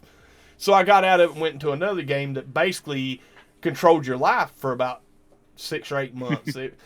Well, my buddies switched to it and said, this is a great game. You should jump on it. It's fun. It don't cost no money. You can play it. Well, when you go to don't cost no money, that means it takes up all your time to play it and be competitive. and it was like a timeshare, because if you started an account, it wasn't like you could just quit playing without affecting your guild or your alliance. And so basically that's how I ended up with like 5 Google email accounts, because I had to create a new account to take over other people that quit the game, their accounts. So at one point I had 3 major accounts on this game in an area that pretty much nobody could attack me, because I had access to every account within 100 account radius. And it was pretty nice having that much backup. But then at the end of the day, when you're spending 15, 20 hours a week on a mobile game, it's kind of rough, especially with the hours I keep in work. But let's see, what did Sweet J Spot? Oh yeah, definitely tweeting about the companion app. Heck yeah, dude. You describe every EA episode. I hear you, Bruce. Nice. But yeah, guys, definitely. I mean, it's just, that's why I love Halo games so much. I mean, I've played the games where you had to spend money. I played the games where it took over your life to be competitive. No Man's Sky, you put some hours into it. I ain't gonna lie. If you play it straight up, you're gonna have a lot of hours in it. But at the end of the day, everything you get everything you go to work towards in Halo in No Man's Sky, you have that sense of accomplishment in. You know, the not everybody's into min-maxing ships, but once you have that ship done, it's done, and you have a sense of pride knowing that you have one of the top tier ships in the game. Same way with these living ships. It's a lot of time gates. It's a lot of gameplay. It's you gotta put an investment of your time into getting these. You gotta earn the Quicksilver. You gotta buy the Void Egg. You gotta go through all the missions and the time gates and whatnot to get the ship. But once you get that ship, you have that sense of accomplishment that you have achieved something that a whole lot of people probably just say, I ain't got time for that. So, Sword, here's the question: What would you say in No Man's Sky is your biggest accomplishment? My biggest accomplishment in No Man's Sky. Oh, that's a tough one. That is a tough one. My goodness, you got me, Dark Lord. I don't know. Man, my goodness, honestly, I think I can go by the highlight reel. Discovering the nanite trick on the trade post in Atlas Rises, how to manipulate the NPCs to give you nanites every time. That's something that when I talked to Xaine back before Xaine knew me very well, and I was just another person in his chat. I was bringing that up, and he was like, "Well, I don't like saying Xaine is. He's like, well, unless it's been proven or shown to him, he don't like talking about it because he don't want to tell something that's not exactly 100%." And and man, when he mentioned that on his stream, once he tested it and seen it at work. Man, that was to me that was a big accomplishment. I was really happy about that. Man, having when Cobra was doing the review for No Man's Sky, having people call in and give their review, and he featured me in that call. That was a great one. I really enjoyed that. But in game, man, just the community stuff that I've been able to do. And I won't even say be able to do. Been fortunate enough to take part in. How about that? With the consortium hub, when Panda asked me to come over to the Galactic Consortium and help build farms, that was something. That was a lot of work, but it felt good doing something like that because it was benefiting others. Being part of the UAS, being part of the Amino Hub. All the friends that I've made through this game. To me, I know that might be out of, not quite what you asked me, but, the friends I've made through YouTube, through in-game, and the community, that's probably one of the things I take the most pride in, or feel not as much pride, the thing I get the most satisfaction from. How about that? I think that's exactly what he asked you. Okay. Well, man, there you go. I have to agree with you. I think that's one of the unique things about this game, that once you become involved with the community, what you can do to add to the community by building bases like you've done and by helping others that, to get asked by somebody randomly to, hey, can you come help contribute to this? There's a great sense of contribution that goes beyond even pride. It's like, wow, I'm really a part of something here. Exactly. And it ends up being something that lasts, and you may not ever visit again. It may be you build it once and it's done, and then you're off and you're gone, and you may never be back there again, but you've left a mark. And I think that's something that's unique to this game that makes it even more of a draw, that keeps me coming back day after day after day. Mm-hmm.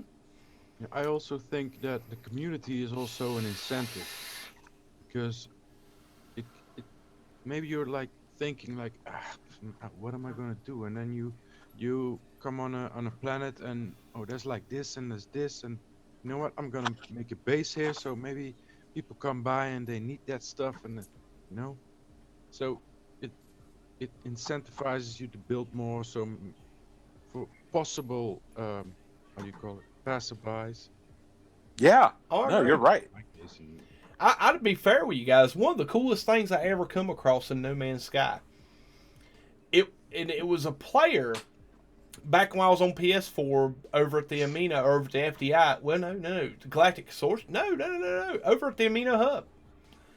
I built a few farms, and he used to come visit my farms, and he'd leave a combo at every one of them. Says thanks for all the fish, and it was it was awesome because he'd left one at almost all my bases because he'd come harvest them, and you know, and he'd come and he'd support the bases and the farms and whatnot. And when I think it might have been over the Consortium Hub, he'd come over and visited the base.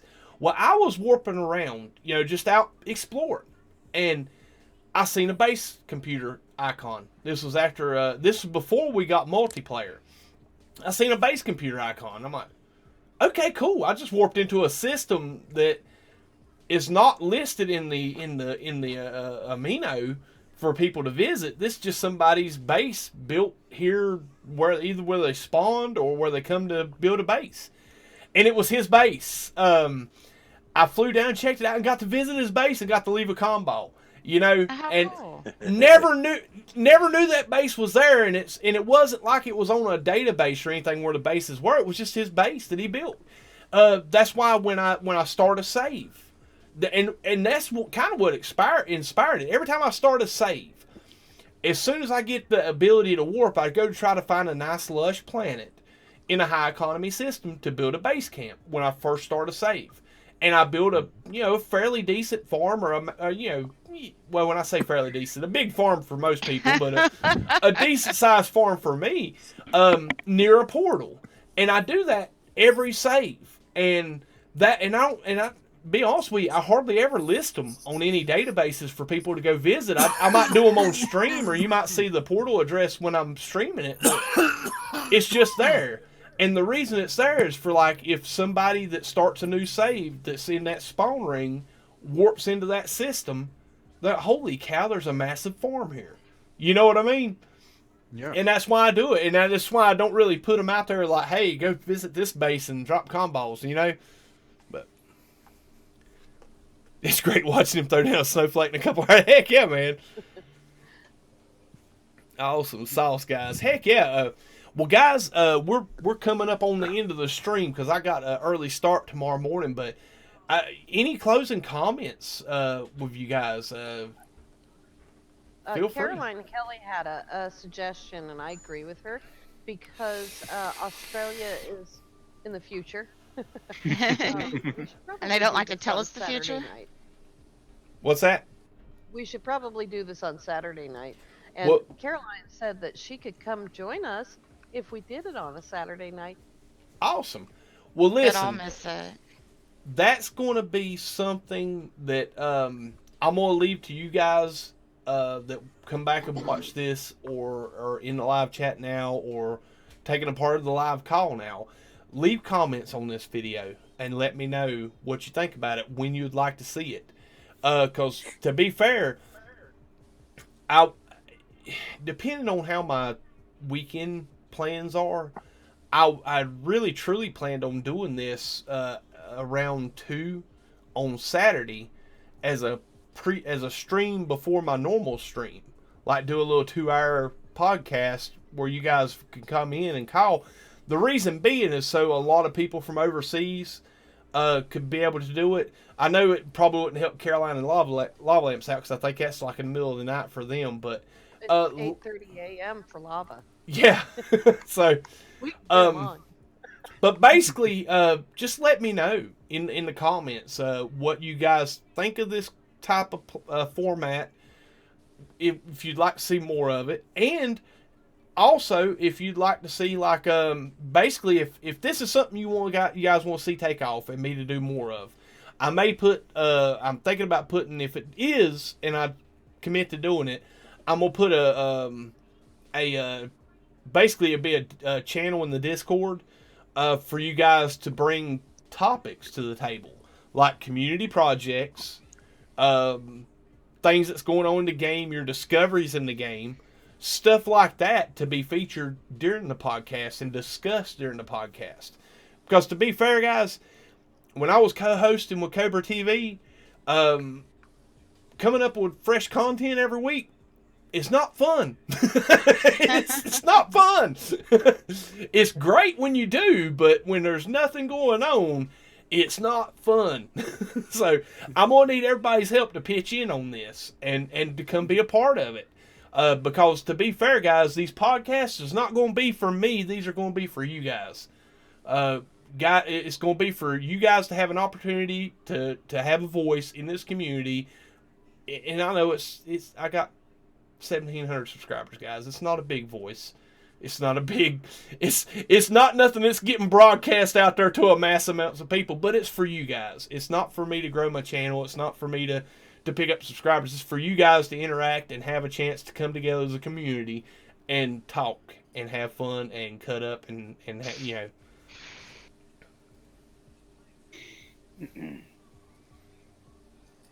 And also dead air. Whew, man. I thought your mic cut out. No. I actually thought you were in mid-sentence, Thor. What happened? KJ didn't come smack everybody, did she?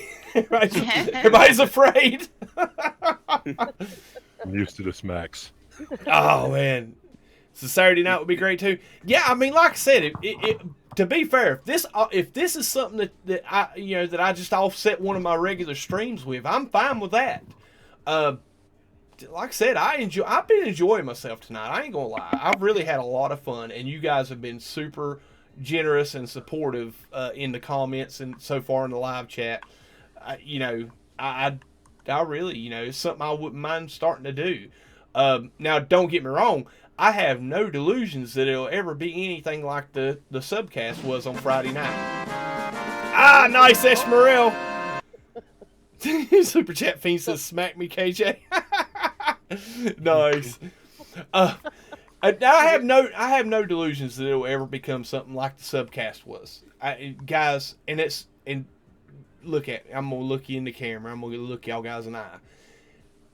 That's not what this is ever going to be, and I won't let it become that. It's going to be something for you guys as my subscribers to come hang out with me and have a chance to talk about the game that we all love to play. That's what it's going to be. That's the only, to me, if that's what it always stays, I'm going to be just as happy doing it as any other stream. Well, I mean, to be fair, the Cobra subcasts were quite often out of hand, and we didn't have a family channel setting. and the chat tried. was sometimes he did try. The chat was sometimes kind of intense, but this part of the community is so much tighter and so much more respectful, and I think this is just a better environment, frankly. Well, and I will tell you this, and me and Cobra are friends, and he's a friend, and we've had a lot of conversations, especially back when we was doing content together. And he's just as bad. He was just as worried about this stuff as I am. He's like, man, I get somebody to pop up new in that Atlas room that I've never talked to before. I want to hear from them, but I'm also worried they're going to come in and start doing Tourette's profanity right as I open the mic up for them. So, it's a scary thing. Care of that. Yeah, it's a scary thing to do a podcast and have guests. Yeah, true. But like I say, guys, let anyone ruin a show. But like I said, this has been an awesome podcast, guys. This is a lot of fun for me, and I was so super concerned about doing a format like this. I know you guys support me, and I know you guys are really, really supportive in comments and letting me know what you think, and that's why I'm doing it tonight, guys. If it was left up to my own reconnaissance, it would have never got done. I really, because I was so intimidated by trying to do it. But you guys have made this really, really fun, and I can't thank you enough for it. I want to give a big shout out to DarkLordZelric.com, Eshmerel, Funny Imps, Ikanu, KJPC Gaming, and Miss Mary Lizzie for coming aboard and being part of the channel. And also to I can't remember his name now. Gra was here. Big shout out to Gra. Bubble Bavarian. He came on and his mic wasn't working quite right. Bubbly Barbarian. Yeah, but something like that. Sorry, buddy. It's a funny name. I just can't pronounce it. Unblobby. There it is. Unblobby Blobarian. That's who it was. They came on. There he is right there in the chat. Nice. Dude, I want to thank you. Big shout out to you for trying to come on the Discord call, man. Unfortunately, it didn't work out, but yeah, thank you nonetheless. Oh, thank you, Fire Knight. Heck yeah. Thank you, Caroline Kelly. Oh, man. No, thank you for having us, Henry. Oh, yeah. Hey, thank you guys for coming on, guys. 'Cause I'm going to tell you what. Thank you for hosting it. You want to talk about somebody puckering up? It's when I went live in that first 5 minutes, nobody was in the Discord chat. Sorry. Waiting to come. Yeah. Yeah, I was starting to. If y'all rolled the stream back to the first couple minutes, I was sweating hard. I'm like, oh my God, nobody's here. I'm in trouble. But seriously, guys. Well, I would be here. So Oh man, I know. I know. Waiting for. Yeah, I didn't even get a notification. Oh my. Oh man, Hey, guys. I had to do the Xaine raid, so I was busy. Well, listen, guys. I seriously, I can't thank you enough for what you do. I can't thank you guys in the community for what you guys do. Y'all play this game and you support Hello Games just like each and every one of us. Mm-hmm. Sometimes it's just like being in a family. Sometimes you don't always agree with your brothers and sisters. Sometimes you argue and fight. But nonetheless, you're still family. And we're family through Hello Games. And we're family through No Man's Sky. We love this game. And we're all part of this great community. And guys, I'm telling you, I'm putting this invite out there to anybody that watches the stream later. When we get it sorted out, if I'm going to do it, first of all, if I'm going to do it, when I'm going to do it, and the format that we do it on. This is out to everybody in the community that comes across this channel or comes across this content. You are all free and welcome to come on and be a part of the podcast and have a voice in this community and share your opinions and your thoughts and your passions about this beautiful game we play. Now, the only stipulation of that is one, just like V-Bite, not everybody's got great sound equipment, and that's fine. You're still welcome to come on. Only thing I ask is if you got background noise or anything going on, just mute out between when you're not talking. And also try to keep it kind of PG on the profanity. I drop a few bombs every now and again, and especially on my other channel, when y'all see me play Fortnite, I really lay loose, But here it's cleaned up a lot better. I don't use that language as often, but that's the only thing I ask. And if you guys want to come be a part of that, I'm gonna sit down, go to the chalkboard this week, basically wait and see what your comments are gonna be for the next couple days, and take some feedback from you guys on what you want to see and how you want to see it, and we'll come together and make a plan, and this might be a weekly thing if y'all guys are down for it. Down. Awesome sauce, guys. Awesome sauce. Down. Next time I'm gonna be drinking coffee out of a Sword coffee mug. So I. Oh, nice. Nice. Both my sword cup and my Xaine cup.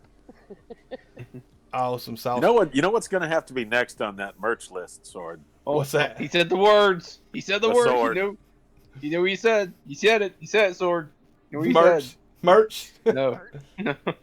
He said, you know what's next? Oh, the next. Nova's next. Nova is next, guys. No, what's next? April 7th, everybody. April 7th is coming. I You got me. know. I'm holding you to it. And thank you, Funny Imps, for the legging purchase, buddy. Nice picture in the self merchy selfies. Yeah, man, she likes them. She's probably She got likes them on them? right now. Hey, Yeah, oh yeah. is she there with you? No, she's Oh. at work right now. Oh, okay. Ask her how they feel. Are they comfortable? They fit good, or are the sizes? But to be fair, guys, I don't do the whole. from what I understand from Mrs. Sword's conversations, she's really finicky about leggings. She buys like the LuLaRoe leggings is like her favorite, but she's really picky about them because they don't always fit the same. I did if you ask her about it and message me or something, let me know how those things work. You know how those things feel and if they're comfortable and like good quality, because that may be something I take off the list unless I get some good feedback on them, because I don't. You know. One thing I'll say to anyone that wants the leggings to meet my wife was they are true to size pretty much. Cool. Because like Mrs. Sword was saying, you know, you kind of never know what you're going to get. And I'm the same way with like jeans and stuff like that. You know, I can be all over the place with different sizes. But she said this one runs her normal size that she would wear in the majority of her clothes. Oh, cool. Nice. Heck yeah, Ishmael. Mrs. Sword picky about leggings. Yes, she is. I'm telling you, man, well, women's sizes is really, really interesting anyway, because different stores have different sizes. Like a size 10 at Penny's is not the size 10 at Belk's, you know. Yep. And I'll be fair, Mrs. Sword buys most all her clothes at Old Navy, I think. Yeah, she's a brand loyalist, because I know this might upset some of you lady folks in it, but sometimes if it's a size 11 but it's got a size 10 in it, it's still a size 11. It's just they marked it down that that's a marketing gimmick. But that's why she buys all her pants at certain stores, because okay, I'll quit. I'm gonna get in trouble, guys. I'll wake up tomorrow and lose. Yeah, no, she can't hear me. Trust me, I'll talk about her clothes until she's out of the room. Yeah. Good man. I ain't that brave, guys. Come on. Goes to show she don't watch the channel either. So next Wednesday night stream, we'll have 2 black eyes. Like, oh yeah, she watched the stream. Like walking up, slapping the Viking. Yeah. Oh man. Well, listen, guys. You guys in the Discord chat, hang out for a minute, guys. Thank you all for coming and being part of the podcast. I really, really appreciate each and every one of you for coming out. Guys, 59 people still watching the stream after 2.5 hours. That, to me, is amazing. Thank you for being so supportive and being so cool and such a great community. I cherish all the time I get to spend with you guys on these live streams. It means the world to me. It's kind of like my little vacation house, or where I escape all the other stresses of life, is when I get to come on and go live and hang out with you guys in this live chat. Thank you all for coming and being part of this. Please do, like I said, leave comments on the video afterwards. Let me know what you think about this format and how often you'd love to see it and when you would like to see it. Guys, I will see you all. Should be Wednesday night. I don't think I got nothing going on Wednesday night where I can't stream, but I will be back Wednesday night for a No Man's Sky live stream. You all have a great night.